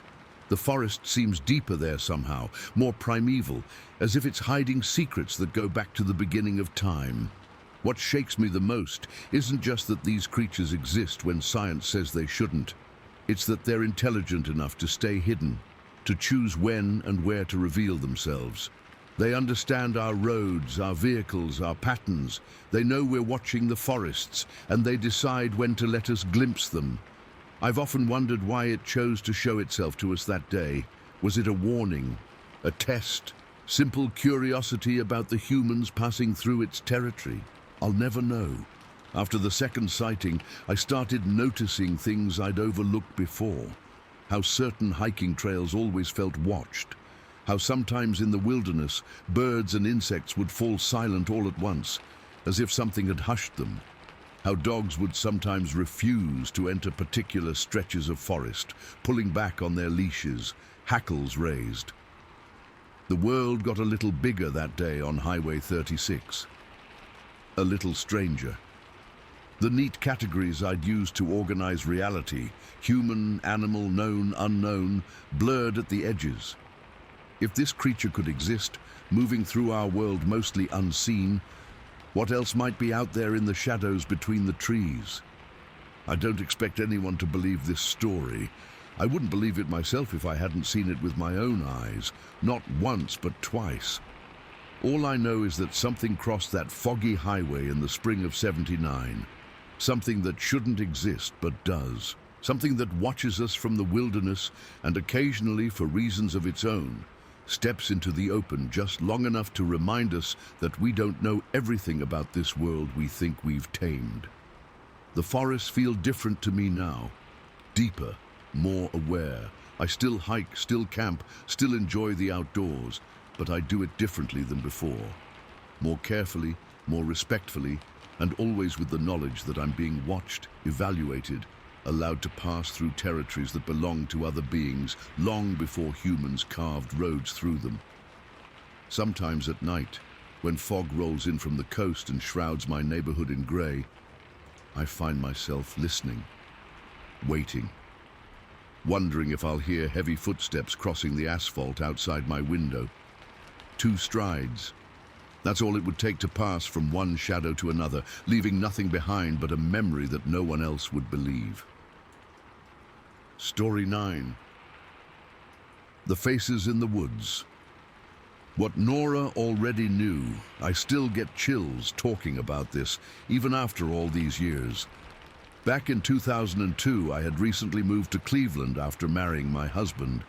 I was still getting used to Ohio, having spent most of my life in the Pacific Northwest, where the forests are different, taller, denser, more mysterious somehow. But Ohio has its own kind of wilderness, especially in the rural western parts of the state. My mother-in-law, Nora, was an avid hiker, despite being in her 60s at the time. She knew all these little trails and nature preserves that weren't on any tourist maps. Just local spots where you could escape the noise and stress of everyday life. I liked her immediately when we met.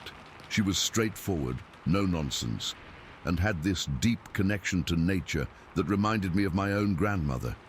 That fall, Nora suggested we take a hike together at this small nature preserve about an hour's drive from Cleveland. It was a perfect October day, crisp but not cold, with that golden autumn light filtering through the trees. The leaves were just starting to turn, splashes of red and orange against the green. We packed a small lunch, filled our water bottles, and headed out early that morning. The preserve wasn't anything special at first glance, just a typical patch of Ohio woodland with a marked trail that looped around for maybe 3 miles total. No spectacular views or waterfalls, just quiet forest. Nora knew it well though, pointing out different plants and telling me which birds made which calls.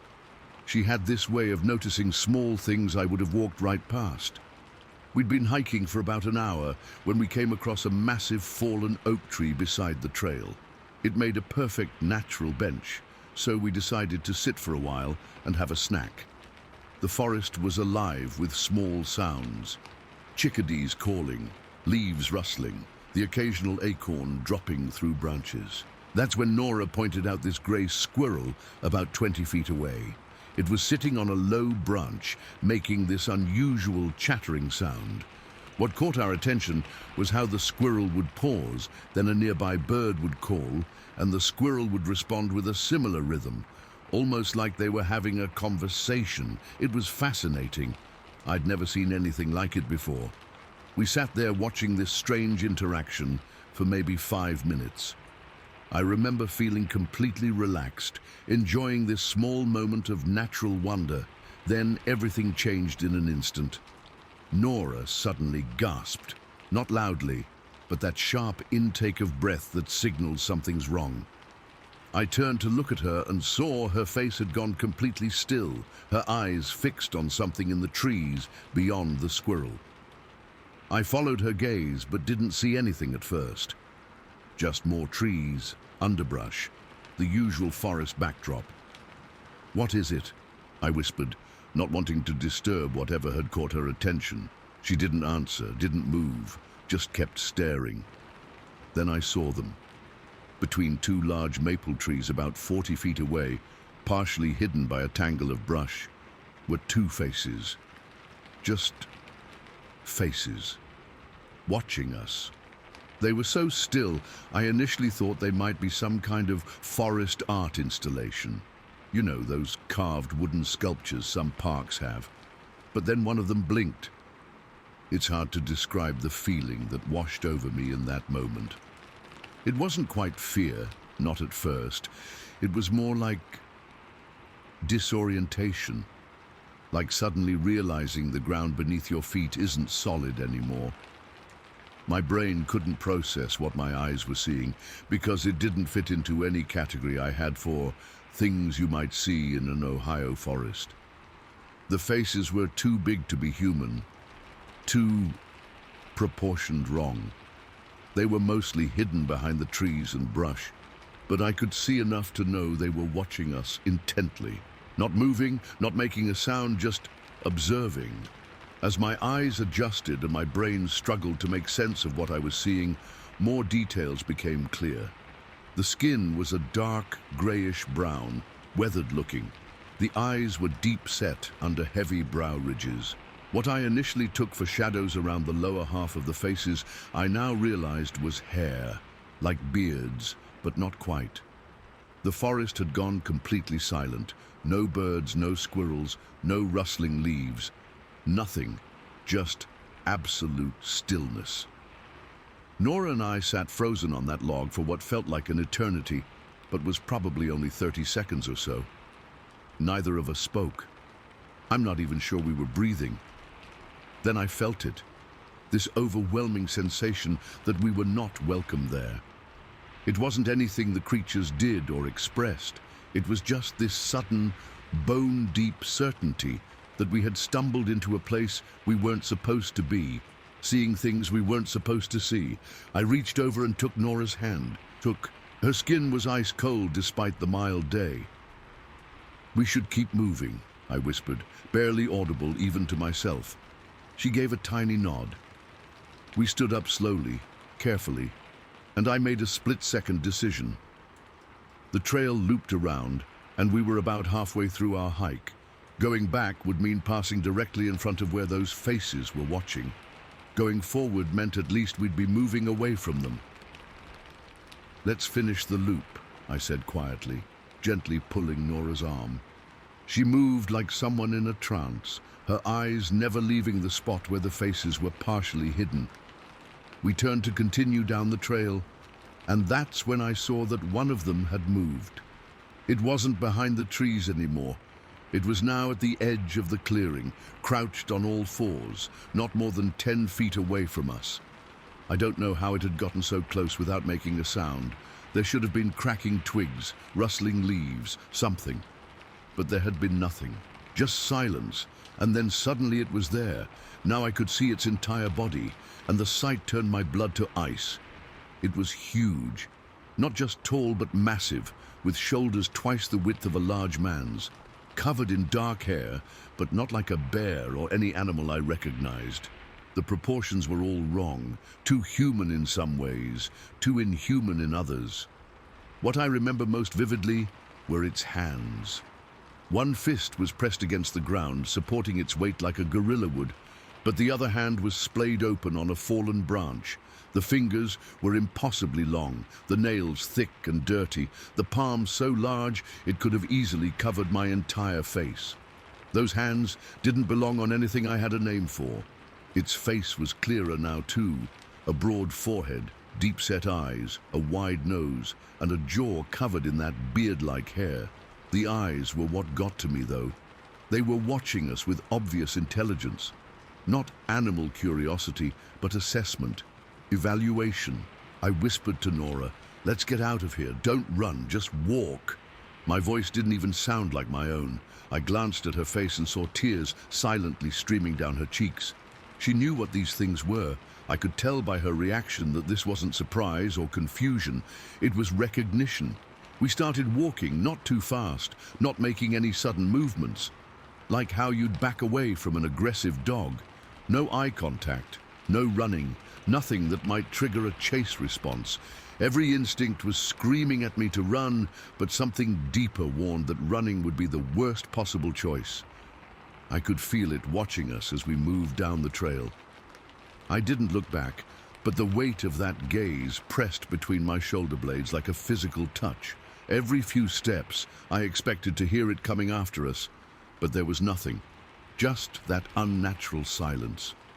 We maintained that careful pace until we rounded a bend in the trail and the creature was no longer visible. Then we walked faster, still not running but moving with purpose now. Neither of us spoke. What was there to say? It wasn't until we reached the parking lot that I felt like I could breathe again. The car was the only one there, just as it had been when we arrived. I fumbled with the keys, my hands shaking so badly I could barely unlock the doors. Once inside with the doors locked, Nora finally broke down, not sobbing or hysterical, but this quiet, resigned weeping that was somehow more disturbing. I sat there, my own hands trembling on the steering wheel, unable to start the car for several minutes. "You've seen them before, haven't you?" I finally asked her. She just nodded, wiping her eyes with the back of her hand. "What are they?" I needed a name, a category, something to file this experience under. That would make it make sense. "We don't talk about it," was all she said. Then she turned and looked out the window for the entire drive home. My husband was surprised when we returned so early from our hike. When I tried to explain what had happened, stumbling over my words, trying to describe something that defied description, he got this strange look on his face. Not disbelief, which is what I expected. Something else, concern maybe, or recognition. Later that night, after Nora had gone to bed, he told me something that made the whole experience even more unsettling. "Nora had an encounter when she was a child," he said quietly, "in those same woods. She never talks about it, but my dad told me once that she didn't go into the forest for almost a year afterward. Whatever she saw traumatized her. I've tried many times over the years to get Nora to tell me about her first encounter, but she refuses. The most she's ever said was, 'They've always been there. They were there before us, and they'll be there after us.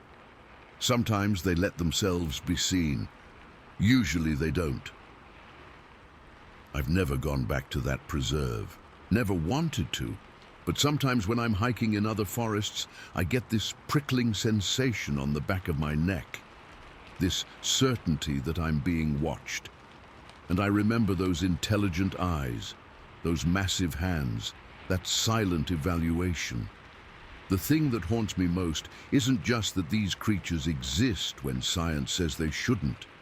It's that they're smart enough to stay hidden, to choose when and where to reveal themselves. They understand us better than we understand them. And Nora, she knew them already. Somehow that's the most terrifying part of all. Story 10. The day I disturbed something in the woods. I've never shared this story publicly before. For most of my life, I've kept it to myself, partly because I knew no one would believe me, and partly because even thinking about it brings back that feeling of absolute terror. But after what happened to my daughter-in-law in 2002, I feel like I need to finally put this down somewhere. This happened when I was a child, growing up in rural Ohio. I can't remember exactly how old I was, maybe 9 or 10. But it was that age where you're old enough to wander the woods alone, but still young enough to think you're invincible. Our house was at the edge of this big stretch of woods, miles from the nearest town, just farmland and forest as far as the eye could see. That summer, A new family had moved into the property that bordered ours. They had a boy about my age, and I was desperate to impress him. I'd noticed him watching me from across the field between our houses, but I was too shy to go over and introduce myself. Instead, I decided to show off my skills with my slingshot. I was pretty good with it, could hit cans off a fence post at 20 feet. One bright morning in late June, I grabbed my slingshot and a pocket full of smooth stones I'd collected from the creek. I knew the boy often played at the edge of the woods on his family's property, so I headed to a spot where I thought he might see me. The plan was simple. I'd find something impressive to shoot at, hit it dead on, and win his admiration from afar. The woods were in full summer glory that day. Everything was intensely green, with sunlight filtering through the canopy in bright patches. Birds were everywhere, and the whole forest felt alive with sound and movement.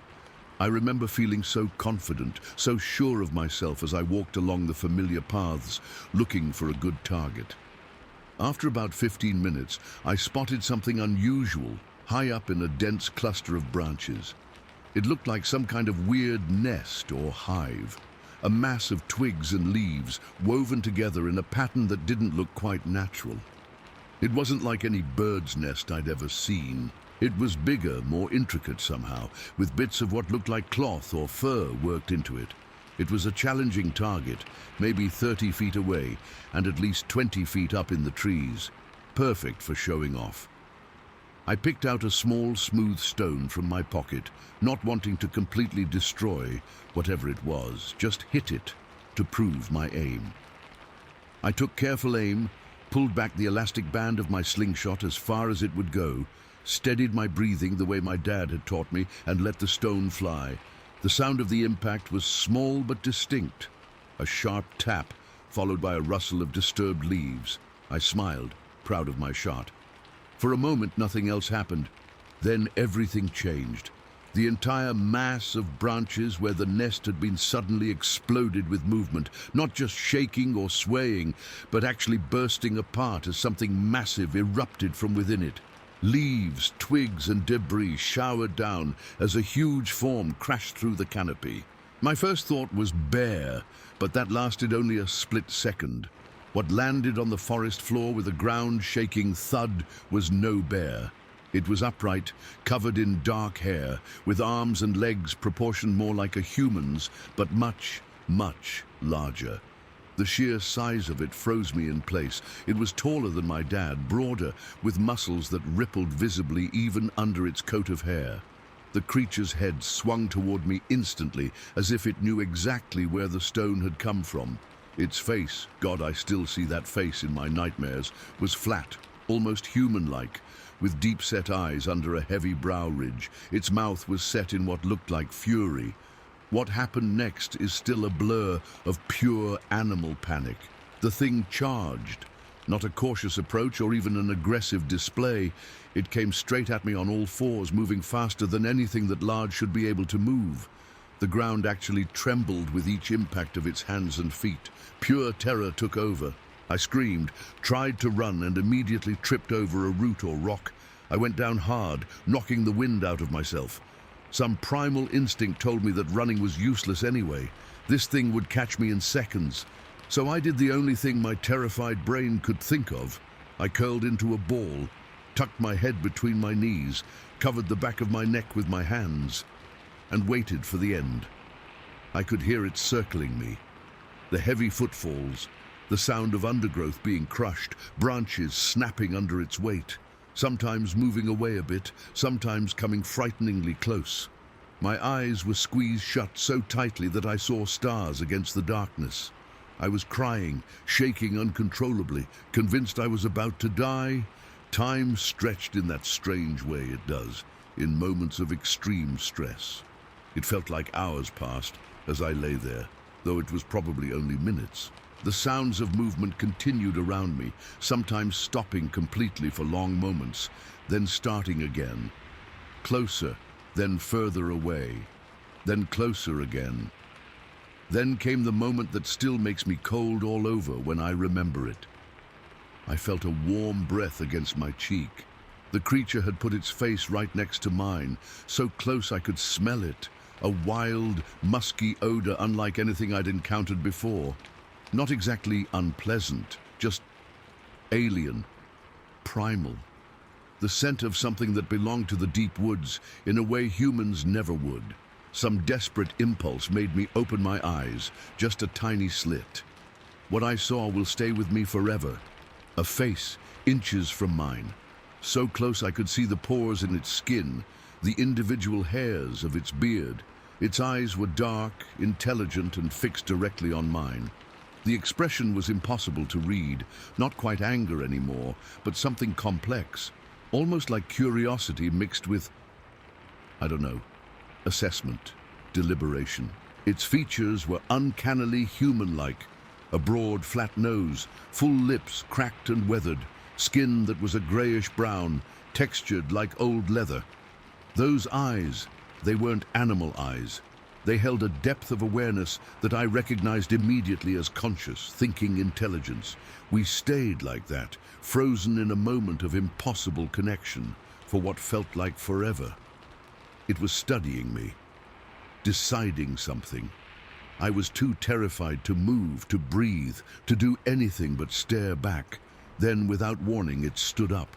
The movement was fluid, powerful, rising to its full height, which from my position on the ground seemed impossibly tall. It took 2 steps back, still watching me, then turned and walked away. Not running, not crashing through the underbrush in fear or anger, but walking deliberately on 2 legs, its long arms swinging at its sides. It disappeared into the deeper woods within seconds, moving almost silently despite its size. I stayed curled up for a long time after it left. My muscles were locked in place from fear, and even when I finally managed to move, I was shaking so badly I could barely stand. When I eventually made it home, my mother took one look at me and thought I'd been attacked by a dog or wild animal. In a way, I had been, but not in any way I could explain. I refused to go back into those woods for months afterward. Nightmares plagued me. Dreams where those intelligent eyes were watching me through my bedroom window, where massive hands reached in to grab me. My parents were concerned but assumed I'd had some kind of frightening encounter with a bear or aggressive deer, something that would explain my new fear of the forest. I never told them what I'd really seen. How could I? Even as a child, I knew how crazy it would sound. A giant, hair-covered man-thing living in our woods. They'd think I was making it up for attention, or that I'd let my imagination run wild after a minor scare. But I knew what I'd seen, what I'd smelled, what had looked into my eyes with an intelligence that recognized me as another thinking being. Years passed. I grew up, moved away for college, came back, got married, had children of my own. The memory never faded, but I packed it away in that mental box where we store things that don't fit into our understanding of how the world works. I avoided those woods when possible, and when I couldn't avoid them, I stayed on well-traveled paths, made noise, never went alone. Then my daughter-in-law had her encounter in 2002, and the box burst open again. When she described what she'd seen, those faces watching from the trees, that massive hand splayed on the ground, I knew immediately she'd encountered the same type of creature, possibly even the same individual, decades later still living in those woods. What shakes me most isn't just that these things exist when science says they shouldn't. It's not even the memory of that breath on my cheek, that face so close to mine. It's the realization that came later, when I was old enough to really think about what had happened. It could have killed me easily. I was completely at its mercy, a small child frozen in terror. But it chose not to harm me. I've spent a lifetime wondering why. Was it simple curiosity? Mercy? Some kind of code or rule about not harming children? I'll never know, but I do know this. The creature I encountered that day wasn't mindless. It made a choice. It assessed the situation, looked into my eyes, and decided to let me go. That's what I think about most now. Not just that these beings exist in our forests, but that they think, they decide, they choose. And sometimes, when we unknowingly cross boundaries or disturb their homes, they choose to forgive the transgression. But I wonder, how many times will they choose mercy before they don't? I still live in Ohio, though far from those childhood woods. I still avoid forests when I can. And I still wake sometimes from dreams where I'm curled in a ball on the forest floor, feeling hot breath on my cheek and meeting eyes that should not exist. Eyes that are deciding my fate, my curious rock against their home, their mercy against my terror, an exchange that took only minutes but has defined decades of my life since. And the knowing, the absolute certainty that we are not alone in these woods. That sometimes something is watching from just beyond the tree line, something our science hasn't classified or our history fully recorded, something that remembers us even when we try to forget it. Story 11. The night. Something came for Avery. I've spent the last 10 years trying to convince myself that what happened that night in Chelan was just my teenage imagination running wild, that there's some logical explanation for what Courtney and I saw. But I can't keep pretending anymore. What happened was real, and writing this down is the only way I can process it. My name is Sarah. I was 16 years old in the summer of 2009, living in Chelan, Washington. My parents had moved us there from Seattle the year before, and I was still adjusting to small-town life. To make some extra money, I started babysitting for families in our neighborhood. The Millers lived about half a mile from us, in one of those big houses that backs up directly to the forest at the base of the mountains. It was isolated, with the nearest neighbor a quarter-mile away. They had one son, Avery, who was 8 years old at the time. He was a quiet kid, kind of shy, who mostly just wanted to play video games and eat microwave pizza rolls when his parents were out. Easy money for a teenager. I'd been watching Avery regularly for about 3 months when this happened. It was a Friday night in June, and the Millers were going to some charity event in town. They'd be gone until at least midnight. I'd invited my best friend Courtney to keep me company after Avery went to bed. We were planning to watch a movie and just hang out. The evening started normally. Mr. and Mrs. Miller left around 7, giving me the usual instructions about bedtime, 9 o'clock, and emergency numbers. Avery and I played some racing game on his Xbox for a while. Then I made him dinner, pizza rolls and carrots, the only vegetable he would eat without complaining. Courtney showed up around 8:30, bringing nail polish and face masks for our girls' night, once Avery was asleep. At 9, I told Avery it was bedtime. He didn't argue, which was unusual. Normally he'd beg for just one more race or 5 more minutes, but that night he just turned off the game and headed to his room. I remember thinking it was weird, but being relieved I didn't have to argue with him. Courtney and I settled in the living room. The Millers had this huge sectional sofa facing a wall of windows that looked out onto their back patio and the forest beyond. It was still light outside, that long Pacific Northwest summer twilight, where the sun doesn't fully set until after 10. We put on some Netflix show and started doing our nails. About 20 minutes later, I heard this strange sound from outside. It's hard to describe, like someone tapping on wood, but with a rhythm to it. 3 quick taps, pause, 2 taps, pause, 3 taps again. It wasn't random. It had this deliberate pattern that made it sound almost like an instrument or signal of some kind. I muted the TV. "Did you hear that?" Courtney nodded, looking toward the windows. The sound came again, same pattern, a little louder this time. My first thought was that Avery had somehow snuck outside. He was supposed to be in bed, but maybe he'd climbed out his window? I got up to check on him, walking down the hallway to his bedroom. His door was closed. I knocked softly and called his name, but there was no answer. When I opened the door, his bed was empty. My heart rate picked up. I checked the bathroom, the kitchen, the guest room. No Avery. The house wasn't that big. There weren't many places he could be hiding. "Courtney, have you seen Avery come through the living room?" I called out, trying to keep the worry from my voice. "No, I thought he was in bed," she answered.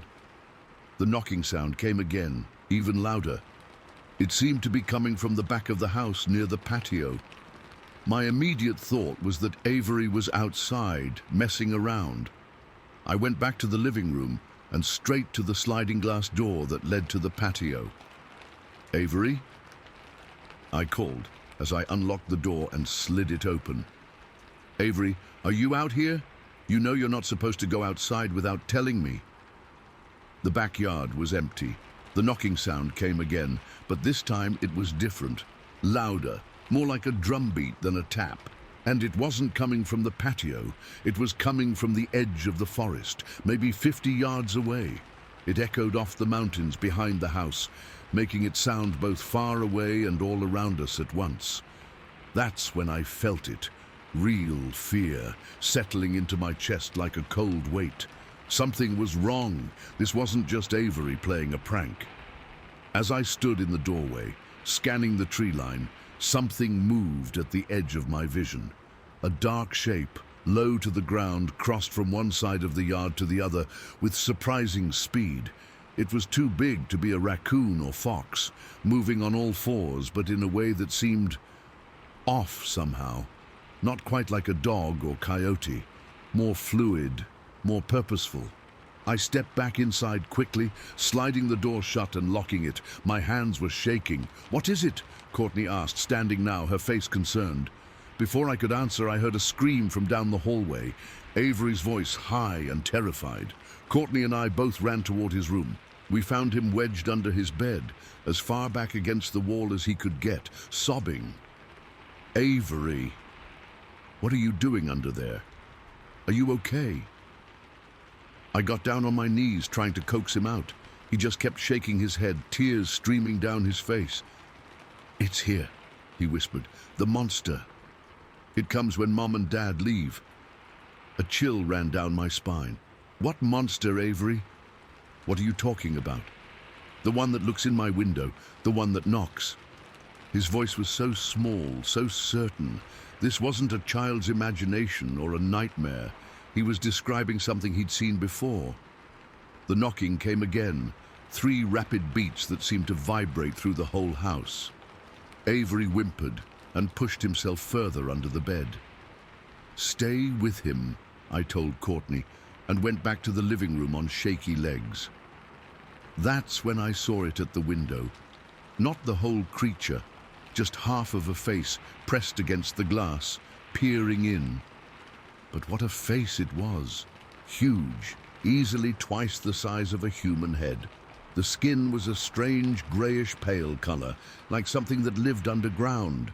The lips were cracked and dry, pulled back slightly to reveal teeth that seemed too square, too uniform. There was almost no hair on its head, just patches here and there. But the eyes, God, the eyes, they were dark, sunken into the face, and completely cold. Not animal eyes, which at least have some life in them. These were calculating, intelligent, and utterly inhuman. I froze, literally could not move. My lungs stopped working, my brain shut down. I just stood there, staring at this impossible face that was staring back at me. It disappeared as suddenly as it had appeared, pulling back from the window and out of sight. I managed to gasp in a breath and stumbled backward until I hit the couch. My legs gave out and I sat down hard. "Courtney!" I called, my voice barely working. "Courtney, call 911!" She came running in, her face confused until she saw mine. "What?" "What is it?" "There's something out there. Something looking in the window. Call 911 now." She didn't question me, just grabbed her phone from the coffee table and dialed. I could hear her voice shaking as she told the dispatcher there was someone or something outside the house, that we were babysitting and scared. While she was on the phone, the face reappeared at a different window, this time full on.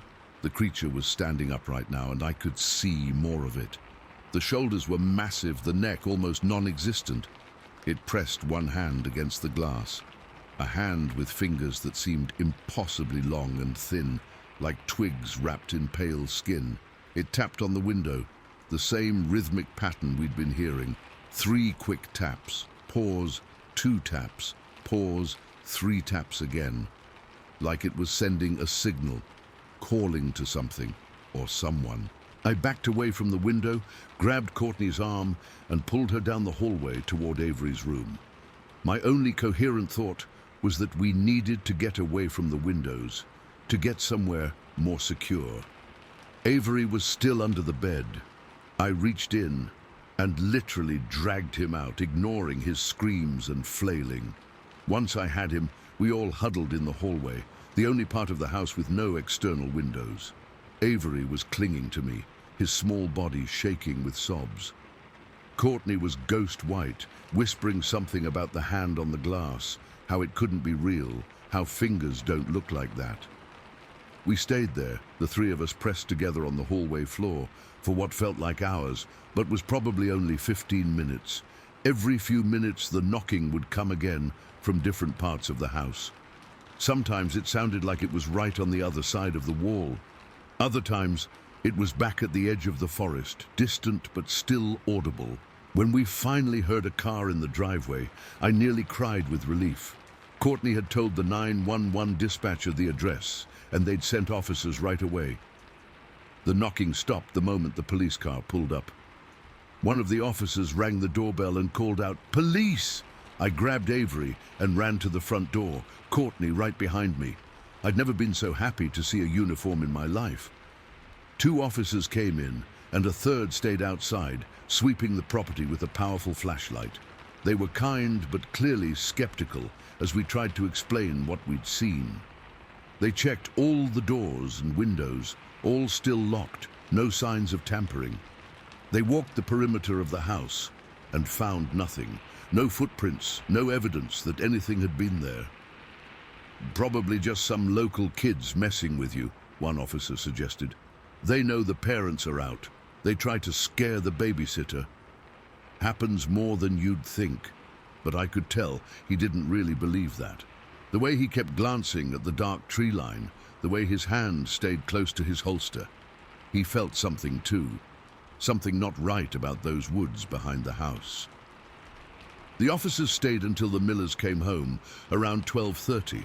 I tried to explain what had happened, but I could see the disbelief in their faces. They thought we'd scared ourselves, or that Avery had had a nightmare, and we'd gotten caught up in his fear. Mr. Miller thanked the police and apologized for the trouble. Mrs. Miller paid me my babysitting money with a tight smile that told me I wouldn't be asked back. As Courtney and I were leaving, Avery ran up and grabbed my hand. "It comes back," he whispered urgently. "It always comes back." I never babysat for the Millers again, never went back to that house. Courtney and I tried to talk about what we'd seen a few times in the days that followed, but we couldn't make sense of it. Eventually, we just stopped bringing it up. Like if we didn't talk about it, maybe it hadn't really happened, but I know what I saw. That face at the window wasn't human. Those fingers tapping on the glass weren't anything that should exist in this world. And the way Avery knew, the way he hid under that bed because he'd seen it before, that's what still haunts me the most. Kids know things. They see things adults train themselves to ignore. And whatever visits that house at the edge of the forest when the parents are away, it's real, it's out there. And sometimes, when I hear a rhythmic tapping sound, my blood runs cold, and I'm right back in that living room, staring into eyes that shouldn't exist, feeling like the walls between our world and something else have suddenly become as thin as paper. Story 12. They were watching my parents' garden. I've been debating whether to share this for a while now. Most people I've told just laugh it off or suggest I was seeing things, but I know what happened. It was back in the summer of 2015, and it's completely changed how I feel about being alone in rural areas. My parents have this place in Indiana, not far from Indianapolis, but definitely out in the country. There's a good-sized house on about 5 acres, with woods surrounding the back half of the property. They've lived there for almost 20 years, and I grew up in that house. Nothing weird had ever happened there before this.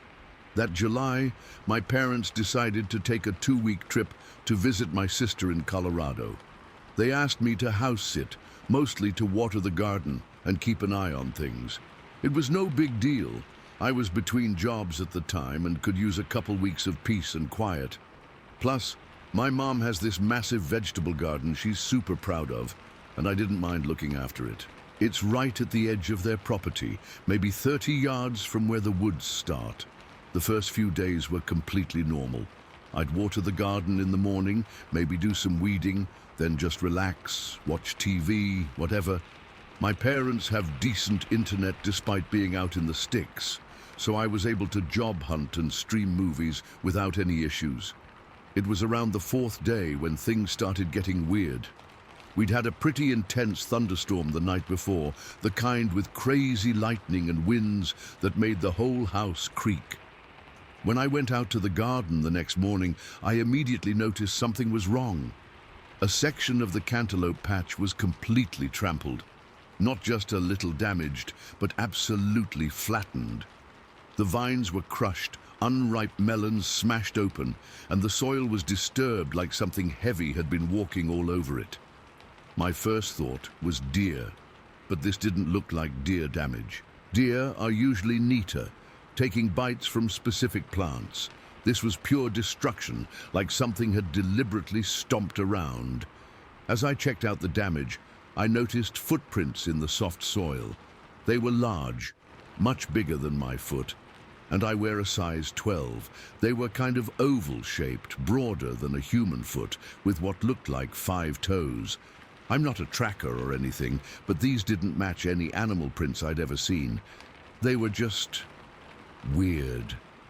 What was even stranger was that there was this sort of path leading from the garden to the woods. It wasn't exactly a trail, more like a wide swath where the grass had been flattened, creating this silvery corridor that led straight to the tree line. It almost looked like something had dragged itself back and forth, but the grass wasn't torn up, just pressed down in this perfect pathway. I took some pictures to show my parents when they got back and tried to fix what I could in the garden. But honestly, it freaked me out a little. It just didn't make sense. That Saturday, about 6 days into my stay, is when things went from strange to terrifying. I was cutting the grass on my dad's riding mower. It was around 4 in the afternoon, hot and humid like Indiana gets in July. I was doing the back section of the yard, getting as close to the tree line as the mower could handle. The lawn slopes down slightly toward the woods there, and I always rode parallel to the tree line rather than up and down the gentle incline. As I was making a pass close to the edge of the forest, something hit me in the leg, hard. It stung like hell, and I thought maybe the mower had kicked up a rock or stick. I stopped and looked down, and there was a stone about the size of a golf ball lying next to the wheel of the mower. I figured that was what hit me and didn't think much more about it. I kept mowing, but as I made the turn to come back for another pass, I saw something that made me stop dead. There was a figure standing just inside the tree line, maybe 40 to 50 feet away. At first, I thought it might be a person, maybe a neighbor or hiker who had wandered onto the property. But as I stared, I realized this wasn't a person. At least, not any kind of person I'd ever seen before. It was tall, probably 6 to 7 feet, and covered in dark, shaggy hair or fur. It was standing upright against a tree trunk, partially hidden, but I could clearly see its outline. The face looked lighter in color than the rest of its body, with deep-set eyes that were just watching me, not moving, not making a sound, just staring. I froze. My brain couldn't process what I was seeing. I took off my sunglasses, thinking maybe they were playing tricks with the shadows or something, but the figure was still there, and now I could see those eyes more clearly, dark, intent, focused directly on me. Then another rock flew out of a completely different section of the woods, landing about 4 feet from the mower. I whipped my head around toward the direction it came from and caught a glimpse of a second figure, this one larger, crouching behind a fallen tree about 40 feet away. It ducked down as soon as I looked, but I'd seen enough to know it was similar to the first one, but bigger, bulkier. Pure fear hit me like a truck. I was alone, at least half a mile from the nearest neighbor, being watched by 2 things that were now throwing rocks at me. I didn't think twice. I turned that mower around and gunned it straight back to the house, looking over my shoulder the whole way. The pit in my stomach was like nothing I'd ever felt before, this primal, instinctual fear that screamed danger with every fiber of my being. I locked myself in the house and grabbed my dad's binoculars from his den. From the kitchen window, I could see most of the backyard and the edge of the woods. I scanned the tree line and spotted them again, both figures moving slowly along the edge of the forest. They stayed just inside the boundary, never fully exposing themselves in the open, but I could track their movement as they disturbed branches and undergrowth. They seemed to be methodically working their way around the perimeter of the cleared area, stopping occasionally to look toward the house. Through the binoculars, I could make out more details. The fur wasn't as shaggy as I first thought, more like a short, dense coat. Their movements were deliberate, almost human-like in their coordination. At one point, they stopped where I had been dumping kitchen scraps and garden waste, a little compost pile my mum had started near the edge of the property. I watched them for at least half an hour as they explored that area, picking through the pile, examining things. Their behavior wasn't random or animal-like. It was purposeful, curious, intelligent. That's what scared me the most, the obvious intelligence behind their actions. As the evening approached, I pulled myself away from the window long enough to make sure all the doors were locked.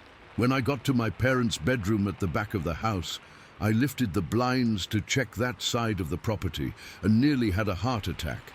Both creatures were standing at the edge of the woods, directly behind the house, about 100 yards away, looking straight at the window. It was like they knew exactly which room I was in, despite me moving around inside. I dropped the blinds immediately, my heart racing. How did they know where I was in the house?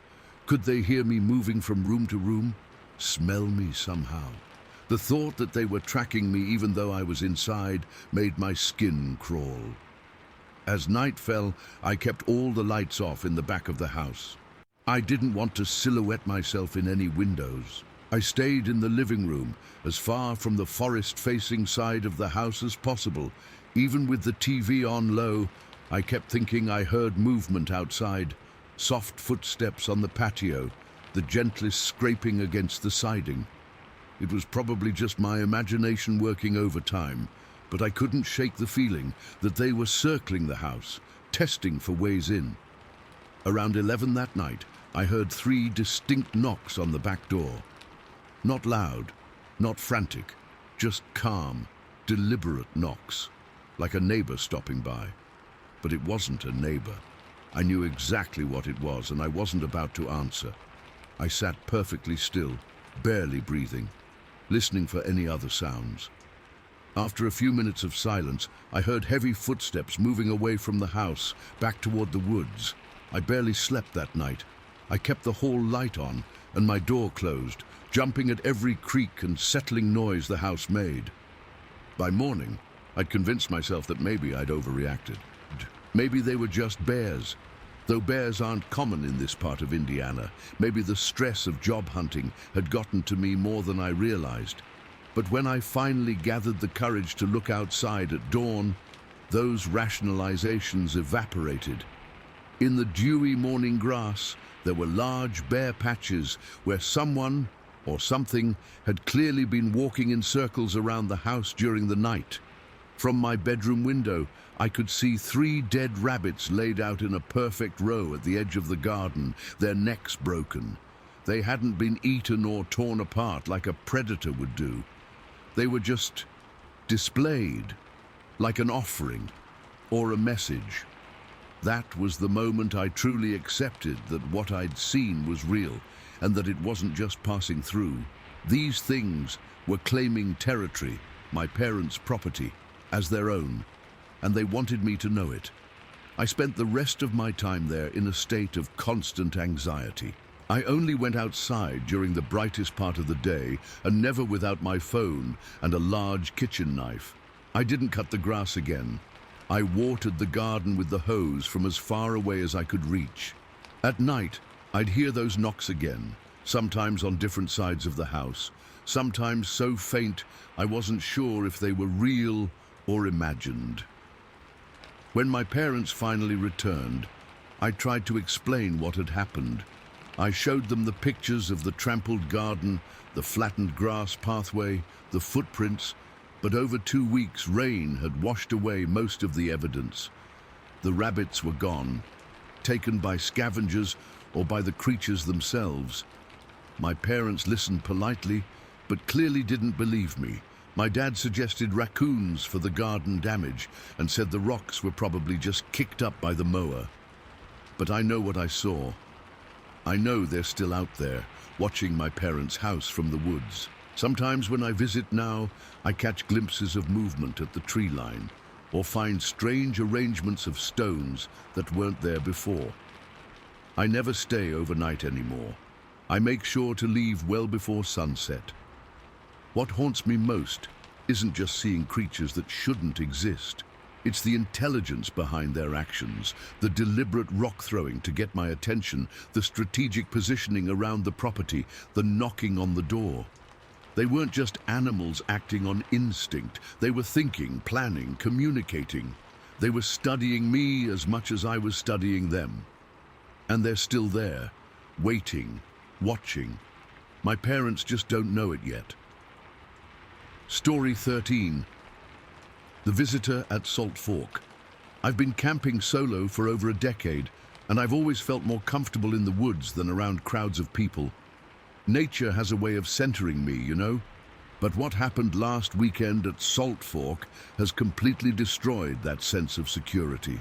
I can't stop thinking about it, can't stop checking the locks on my doors and windows, even though I'm back in my apartment in Columbus now, over 70 miles away. It started as a typical weekend trip. I'd been stressed at work, needed to clear my head, so I took Friday off and headed to Salt Fork State Park in Guernsey County. It's about an hour-and-a-half drive from my place, and I've camped there maybe half a dozen times before. It's a beautiful park, huge lake, lots of trails, and enough space that you can find secluded spots if you know where to look. I deliberately avoided the main campgrounds. Too many RVs, too many families with kids, too much noise. Instead, I hiked about 2 miles to this little clearing near one of the lake's quiet bays. It's not an official campsite, but the rangers generally don't mind as long as you practice leave-no-trace camping. The spot is perfect. A small open area surrounded by walnut trees, maybe 30 feet from the water's edge, with a gentle slope that gives you a view across the bay. I set up my one-person tent, gathered some firewood, and spent the afternoon fishing. Didn't catch much, just one small bass that I threw back, but it wasn't really about the fish. By late afternoon, I had a small fire going and was just sitting there watching the light change on the water, feeling the week's tension melt away. Everything was completely normal. As sunset approached, the sky turned that deep blue that happens just before true darkness sets in, that blue that's not quite day and not quite night. The fire was burning down to coals, and I was considering whether to add more wood or just turn in early. That's when I heard it. 3 distinct knocks, spaced evenly apart. Knock, knock, knock.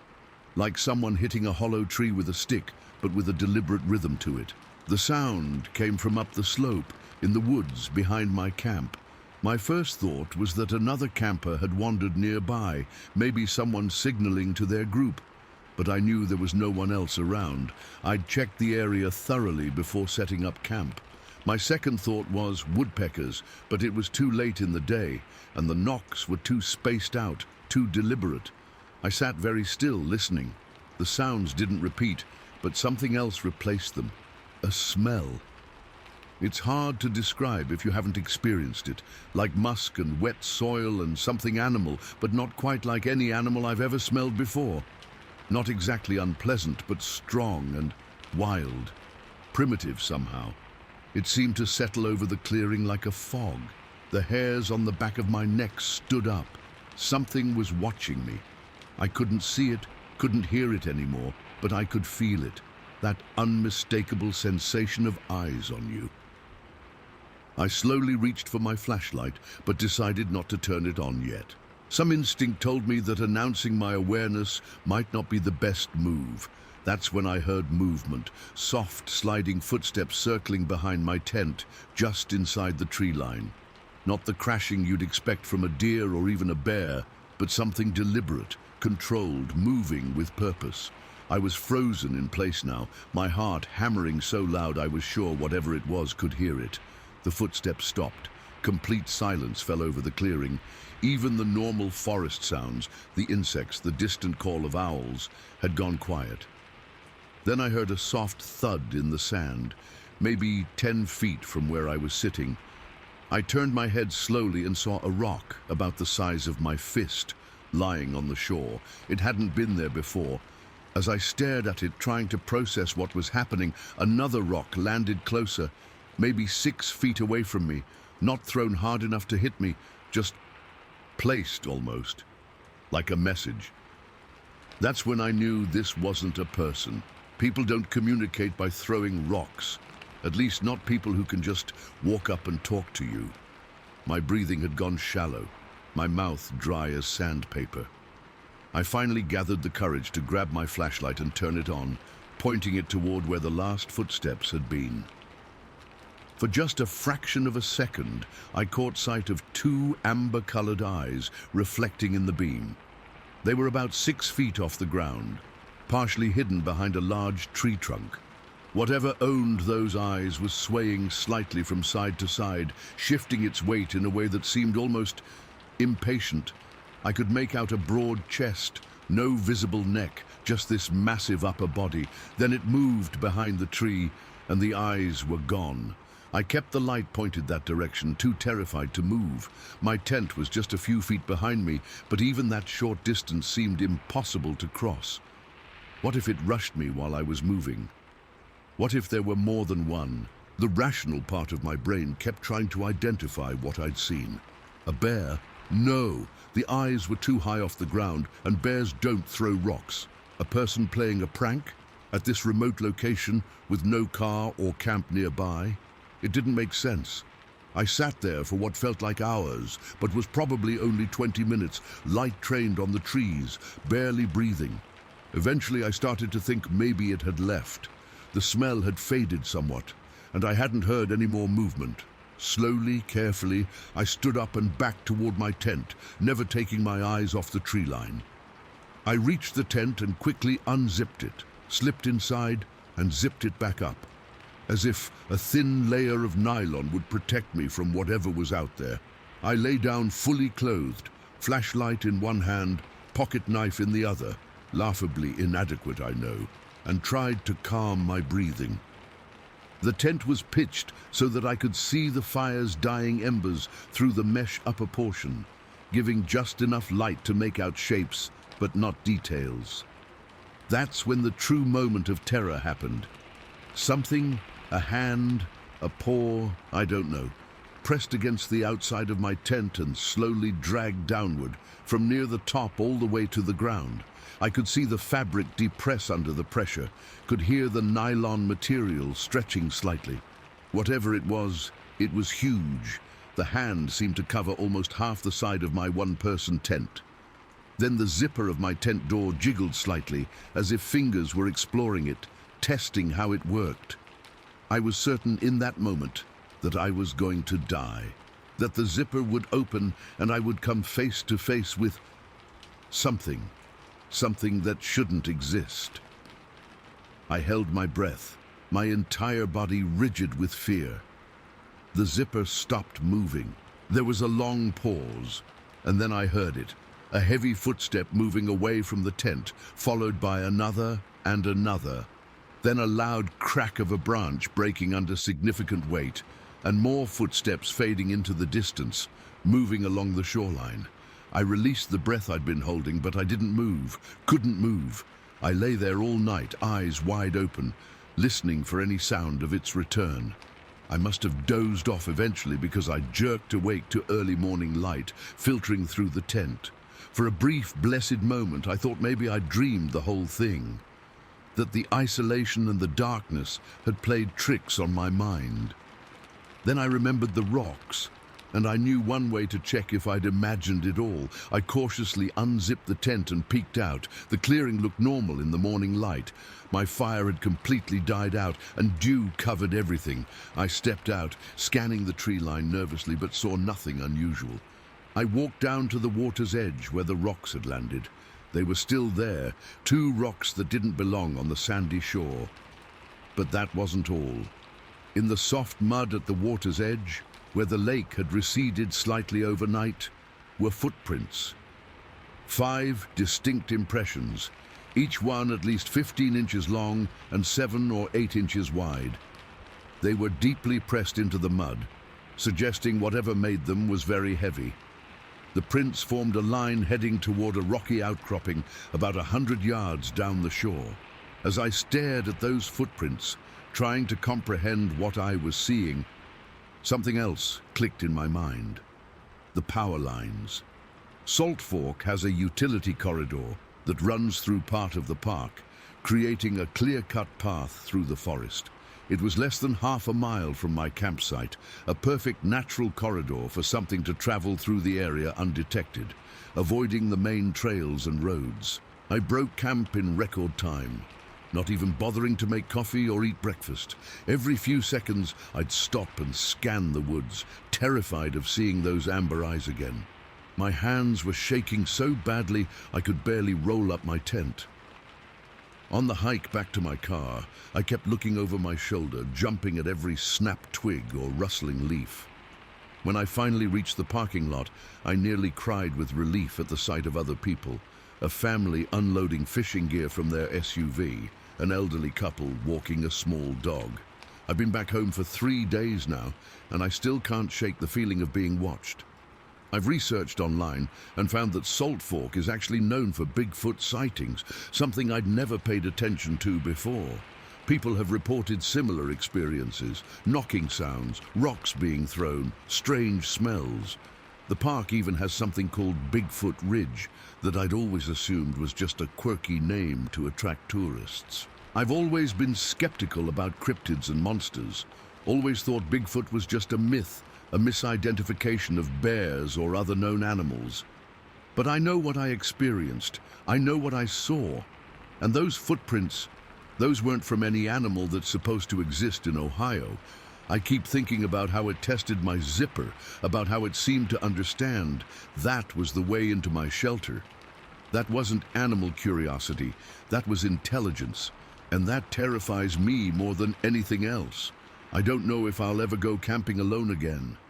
Every time I close my eyes, I see those amber eyes staring back at me from the darkness, feel that hand sliding down my tent, and I can't stop wondering, what if the zipper had opened? What would I have seen looking back at me? What keeps me up at night isn't just the encounter itself, but the realization that these creatures, whatever they are, have been there all along, walking the same forests we hike through, watching us from just beyond the tree line, intelligent enough to stay hidden except when they choose not to be. I thought I knew those woods, thought nature was my sanctuary. Now I understand that I was never truly alone out there, never truly at the top of the food chain, and I don't know if I'll ever feel safe in the forest again. Story 14. What I found in Gifford Pinchot I've been hunting for over 20 years, and I've always considered myself a rational person. I don't believe in ghost stories or monsters, or at least I didn't until early October last year, when something happened to me in Gifford Pinchot National Forest that I still can't explain. I've only told a few close friends about this, but I need to get it off my chest now. I'm an avid bow hunter, and I'd been planning this solo elk hunting trip for months. Gifford Pinchot is a massive wilderness area in Skamania County, Washington, right near the slopes of Mount St. Helens. Helens, it's rugged country, dense forests, steep ravines, crystal clear streams. Beautiful, but unforgiving if you don't respect it. I'd arrived at my chosen hunting area before dawn, parking my truck at the end of an old logging road about 7 miles in from the main highway. It was early October, perfect weather for elk hunting. Cool enough that you don't overheat hiking up and down those hills, but not so cold that your hands go numb on your bow. My plan was simple. I'd hike about 3 miles along this shallow ravine I'd scouted earlier in the year, find a good spot overlooking a natural game trail, and set up there for the day. Elk tend to move from their bedding areas to water sources in the early morning and late afternoon, so those are prime hunting times. By sunrise, I was already in position. I'd found a perfect spot, a small rise that gave me good visibility down into a drainage where I'd seen elk sign during my scouting trip. I was tucked against the base of a big Douglas fir, my camo breaking up my outline, with decent shooting lanes in several directions. I settled in for a long wait. That's the thing about bow hunting. It's mostly sitting still and being patient. Hours can pass with nothing happening except the occasional chickadee or squirrel moving through. But that morning, something felt off from the start. The forest was eerily quiet. No birds calling, no small animals rustling in the underbrush. Just this heavy silence that seemed to press in from all sides. Around mid-morning, I started to get that feeling of being watched. Any hunter knows the sensation, that prickle on the back of your neck, the heightened awareness that something's focused on you. I assumed it was an elk or maybe a deer that had spotted me, but wasn't sure what I was yet. I froze, barely breathing, scanning the forest around me for movement. Nothing. But the feeling persisted. As the hours passed, the silence became more noticeable. In all my years hunting, I'd never experienced a forest this quiet. It was like something had hushed every living thing within earshot. My unease grew, but I told myself I was being ridiculous. I'd spent countless days in the backcountry alone. This was no different. Around 1 in the afternoon, I decided to move to a new location. I'd seen no sign of elk, and sometimes a change of scenery can improve your luck. I gathered my gear quietly and began picking my way down the slope toward the bottom of the ravine, planning to cross it and set up on the opposite ridge. That's when I found it. As I descended into the lowest part of the ravine, I came across a strange clearing I hadn't noticed during my scouting. It was almost perfectly circular, maybe 30 feet across, with a floor completely devoid of the usual forest undergrowth. What caught my attention was the structure in the middle, a complex arrangement of interwoven branches and small saplings, bent and twisted together in a way that couldn't possibly be natural. It looked almost like a crude shelter or nest, but larger than anything a human would build, with branches thicker than my arm bent into impossible angles. Around this structure, the ground was oddly bare, tamped down like something heavy had been walking in circles. And there was this smell, musky, animal, but not like any animal I was familiar with, stronger than deer or elk, more pungent than bear. My first thought was that some hikers had built a weird shelter, but the deeper I looked, the less sense that made. Some of these branches would have required tremendous strength to bend like that. And who would hike 7 miles into the backcountry to build something so strange? As I stood there trying to make sense of what I was seeing, I heard it. 2 distinct whoop calls from somewhere upslope behind me. Deep, resonant sounds that carried through the forest. Not an elk bugle, not a bird call, not anything I could identify from my years in the woods. I froze, my bow half raised, suddenly very aware of how exposed I was in this clearing. The calls came again from a different direction this time, further east. It was as if something was circling around me. The smart move would have been to get out of there immediately, but curiosity got the better of me. I took a few steps closer to the structure, wanting to examine it before I left. That's when a rock, not a pebble, a legitimate stone the size of a baseball, flew past my leg and bounced off a tree trunk a few feet away. I spun toward the direction it had come from, heart hammering in my chest. The forest edge was about 30 yards away, a wall of green where the clearing ended. I saw nothing at first, just shadows and trees, then movement, something low to the ground, massive shifting position behind a fallen log. I raised my binoculars instinctively. For a split second I caught a frame of something.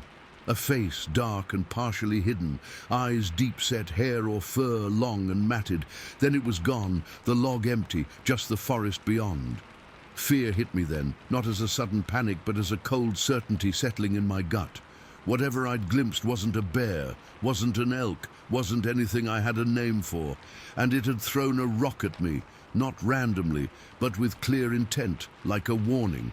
I started backing away slowly, moving toward the edge of the clearing opposite from where I'd seen the movement. My bow felt pathetically inadequate in my hands. I'd been hunting predators and prey for 2 decades, but in that moment I felt like I was neither. I was an intruder, unwelcome in a place I didn't belong. As I reached the tree line, planning to make a careful but quick exit back toward my truck, I heard a sound that still plays in my nightmares. A short, explosive rush through the underbrush, branches snapping, leaves crushed, something charging, but not toward me. It moved parallel to my position, fast and heavy, making more noise than seemed possible for how quickly it was moving. Then it stopped, abruptly.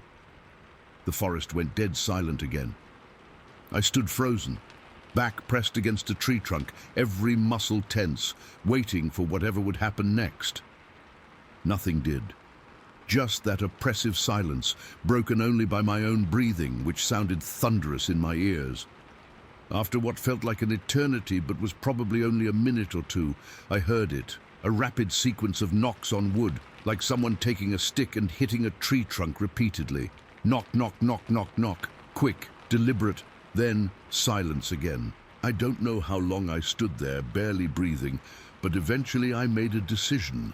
I wasn't going to run. That felt like the worst possible choice. Instead, I would walk out, slowly and deliberately, making no sudden movements, showing no fear. So that's what I did. I started moving back up the slope, away from the clearing, keeping my eyes forward but my ears strained for any sound of pursuit. The forest remained silent around me, but that feeling of being watched intensified with every step. The hair on the back of my neck stood up, and a cold sweat broke out across my forehead despite the cool air. About halfway back to where I'd left my pack, I heard movement behind me. Something large, displacing undergrowth, moving quietly but not silently. Not charging, just following, keeping pace, watching. I didn't look back. Some instinct told me that would be a mistake.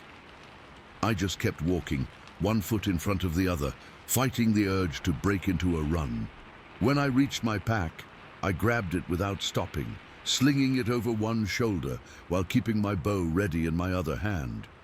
I maintained that same measured pace all the way back to my truck, never running, never looking back. The whole time, I could sense it behind me, just out of sight, tracking me. Only when I reached the logging road did the feeling fade. Whatever had been following me seemed unwilling to venture onto the open road. I walked the last half-mile to my truck in a daze, climbed in, locked the doors, and sat there with my hands shaking on the steering wheel. It took me almost an hour to calm down enough to drive. As I turned the truck around and headed back toward the highway, I caught movement in my rearview mirror, just a flash of something dark stepping onto the logging road behind me, then back into the trees. Too far away to see clearly, just a suggestion of size and shape. Then gone. I've been back to Gifford Pinchot since then, but never alone, and never to that same drainage. I've told myself 100 different explanations for what I experienced. Maybe it was a bear. Maybe it was another hunter playing a sick joke. Maybe the stress and isolation had my imagination working overtime, but I know what I saw, what I felt, and I know that clearing with its twisted structure wasn't natural. The rock didn't throw itself, and whatever made those whooping calls and knocking sounds was communicating, not just making random animal noises, but deliberately signaling, warning me, telling me I'd wandered into territory that wasn't mine. I've spent hundreds of days in the wilderness. I've encountered bears, cougars, all manner of wildlife. Nothing has ever left me with the bone-deep certainty that I was being tolerated rather than feared, that I was being studied, evaluated, and ultimately dismissed as non-threatening enough to be allowed to leave. That's what haunts me most. Not the glimpse of something that shouldn't exist, but the intelligence behind its actions, the deliberate warning shots, the strategic positioning, the decision to follow rather than confront, the realization that when I'm in the deep woods, I'm not at the top of the food chain. I'm just a visitor being watched by eyes I can't see, judged by criteria I don't understand, allowed to pass through territories that belonged to something else long before humans arrived with their bows and trucks and assumptions about what does and doesn't exist in the dark corners of our world. I still hunt, still spend time in the backcountry, but I do it differently now, more aware, more respectful, and always with the knowledge that sometimes, when the forest goes quiet and that feeling of being watched creeps up my spine, the best thing to do is acknowledge the boundary I've crossed and turn back. Some places aren't meant for us. Some eyes aren't meant to meet ours. And some territories aren't ours to claim, no matter what our maps might say. Story 15. 3 knocks in the night. I never really believed in Bigfoot. Sure, I'd seen the TV shows and heard the stories, but I always figured it was just bears, misidentified, or people letting their imaginations run wild. That changed last month when I spent 4 weeks taking care of my parents' property at the edge of Zaleski State Forest in Vinton County, Ohio. My parents had been planning this trip to Europe for years, and when they finally booked it, I volunteered to house sit. Their place is beautiful, a modest 2-story farmhouse on about 10 acres, half cleared land and half bordered by thick state forest. It's remote enough that the nearest neighbor is almost a mile away, but not so isolated that you feel completely cut off from civilization. I arrived a day before they left, so they could show me the routine, where to find things, how to work the well pump if it acted up, that kind of stuff. The most important task was tending to my mom's vegetable garden and orchard. She has 2 apple trees that are at least 50 years old, and they were heavy with fruit that would be ready to harvest by the time they returned. The first week was completely uneventful. I fell into an easy routine. Coffee on the porch in the morning, some work on my laptop. I'm a freelance graphic designer, so I can work from anywhere with decent internet, tending the garden in the afternoon and relaxing in the evening. I'd gotten into the habit of tossing any bruised apples or vegetable scraps into the compost pile my mom kept at the edge of the cleared area, right where the lawn met the forest. Nothing weird about that. It's just what they always did. Then came the storm. It was about 10 days into my stay when a massive summer thunderstorm rolled through. Not just rain, but serious wind, lightning striking close enough to make the hair on my arms stand up, and thunder that shook the windows. It lasted most of the night, and I barely slept, worried about trees coming down on the house. The next morning I went out to check for damage and see if the garden had survived. Most of it looked fine. A few tomato plants knocked over that I could easily stake back up, nothing serious. But when I got to the apple trees, I stopped dead in my tracks. The ground underneath was completely trampled, not just a few fallen apples squished into the dirt, but large areas where the grass was flattened in clear patterns, like something heavy had been walking in circles. Several low-hanging branches were broken, not by the wind, but like something had grabbed and pulled them down. And there were footprints in the soft soil, big ones, at least 15 inches long and incredibly wide, with what looked like 5 toes. My first thought was bear, But I've seen bear tracks before, and these weren't it. They were too elongated, too human-like, but massive. I took pictures with my phone, feeling a weird mix of curiosity and unease. I tried to tell myself it was probably just deer tracks distorted by the rain, but deep down, I knew that wasn't right. I spent the rest of the day a bit on edge, finding myself glancing toward the woods more often than usual. By evening, I'd mostly convinced myself it was nothing to worry about. I made dinner, watched some Netflix, and was getting ready for bed around 10:30 when I heard it. 3 distinct knocks on the side of the house. Not frantic, not soft, just clear, deliberate knocks, evenly spaced, like someone trying to get my attention. Knock, knock, knock. I froze, remote control in hand, suddenly very aware that I was alone in a house surrounded by darkness. My parents' place doesn't have many close neighbors, and the ones it does have wouldn't come calling this late without calling first. I muted the TV and listened. Silence. Then, from near the bird feeder on the far side of the yard, a strange whistling sound. Low at first, then rising in pitch, almost like someone trying to imitate a bird but not quite getting it right. I crept to the window and peered out through a crack in the curtains. The moon was nearly full that night, casting enough light to see the yard clearly. At first, I didn't notice anything unusual. Then, movement caught my eye. A large, dark figure standing just beyond the split-rail fence that marked the edge of the lawn. It was tall, with broad shoulders, its head seeming to sit directly on those shoulders with almost no visible neck. As I watched, it shifted its weight from one foot to the other, swaying slightly like it was restless or impatient. My blood ran cold. This was no person, at least no normal person. It was huge, at least 7 feet tall, with proportions all wrong for a human being. As I stared, it retreated a step, moving back toward the tree line, and I lost sight of it in the shadows. I backed away from the window, heart hammering in my chest. What the hell had I just seen?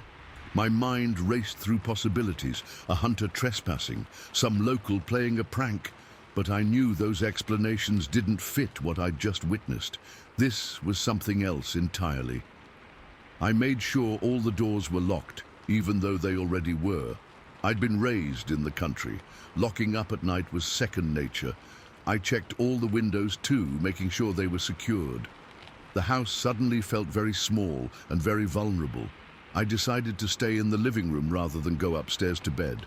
Something about being on the ground floor, closer to the exits if I needed to leave quickly, felt safer. I turned off most of the lights, leaving just one small lamp on, and sat on the couch with my phone in hand, debating whether to call someone. But who? The police. What would I tell them? That I saw a really tall person in my yard? Around midnight, I heard heavy footsteps on the gravel driveway. Slow, deliberate steps, much heavier than a person's would be. Each footfall sent a little vibration through the floor. They circled around to the back of the house, toward the patio doors that led out from the dining room. Then came the smell. It seeped in through the walls somehow. This powerful, musky odor like wet dog mixed with skunk, but earthier. So strong it made my eyes water. I've been around farm animals all my life, but this was different, wild, primal. The footsteps stopped right outside the patio door. I was sitting in the living room, maybe 15 feet away, hardly daring to breathe. The sliding glass door had vertical blinds that were mostly closed, with just a small gap where they didn't quite meet in the middle. What happened next is the moment that still makes my skin crawl when I think about it. The blinds moved. Not all of them, just the ones in the center where the gap was. They swayed slightly, as if something had touched them from the outside. Then I saw it. A huge hand pressed against the glass, fingers spread wide. The hand was caked with light-colored clay mud, leaving a perfect imprint on the glass. The fingers were massive, each one probably as thick as 2 of mine put together, with dirty, cracked nails that looked more like claws. As I watched, paralyzed with fear, the door handle jiggled, just slightly, like something was testing it, seeing if it would open. The lock held, thank God, but in that moment, I realized how thin that glass door really was. How easily something with that kind of strength could break through if it wanted to. I lowered myself to the floor behind the couch, making myself as small and quiet as possible. The handle jiggled again, a bit harder this time.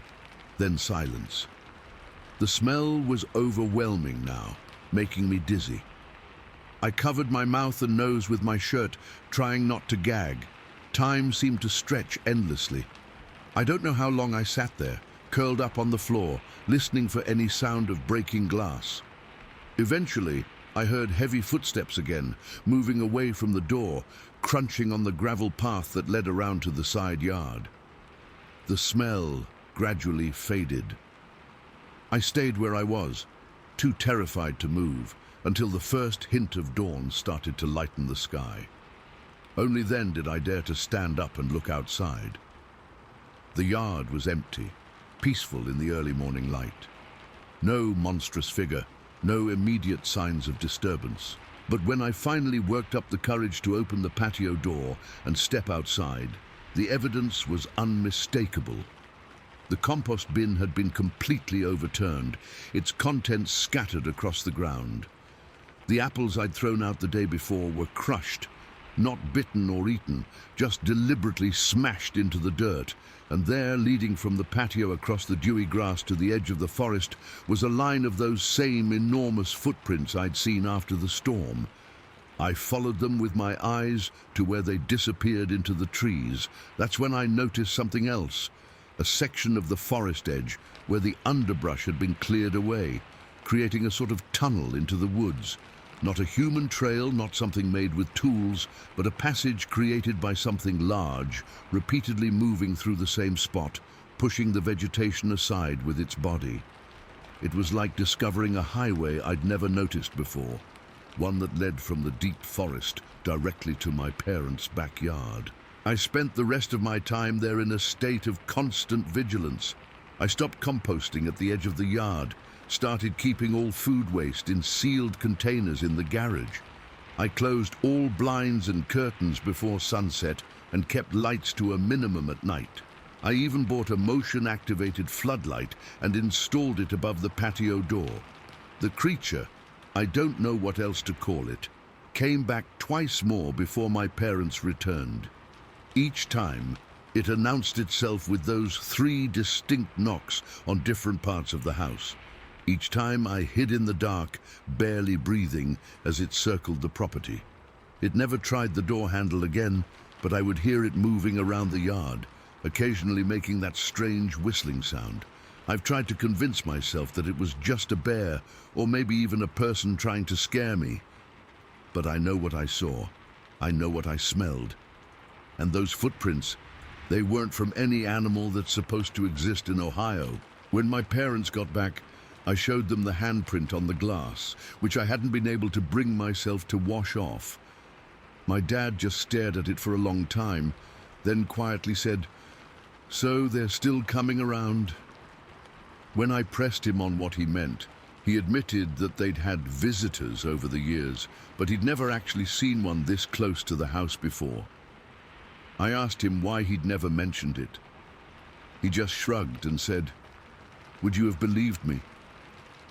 I'm back in my apartment in Columbus now, surrounded by city noises and streetlights, but every time I close my eyes, I see that mud-caked hand pressed against the glass, those fingers wrapping around the door handle, testing it. And I wonder what would have happened if the lock hadn't held.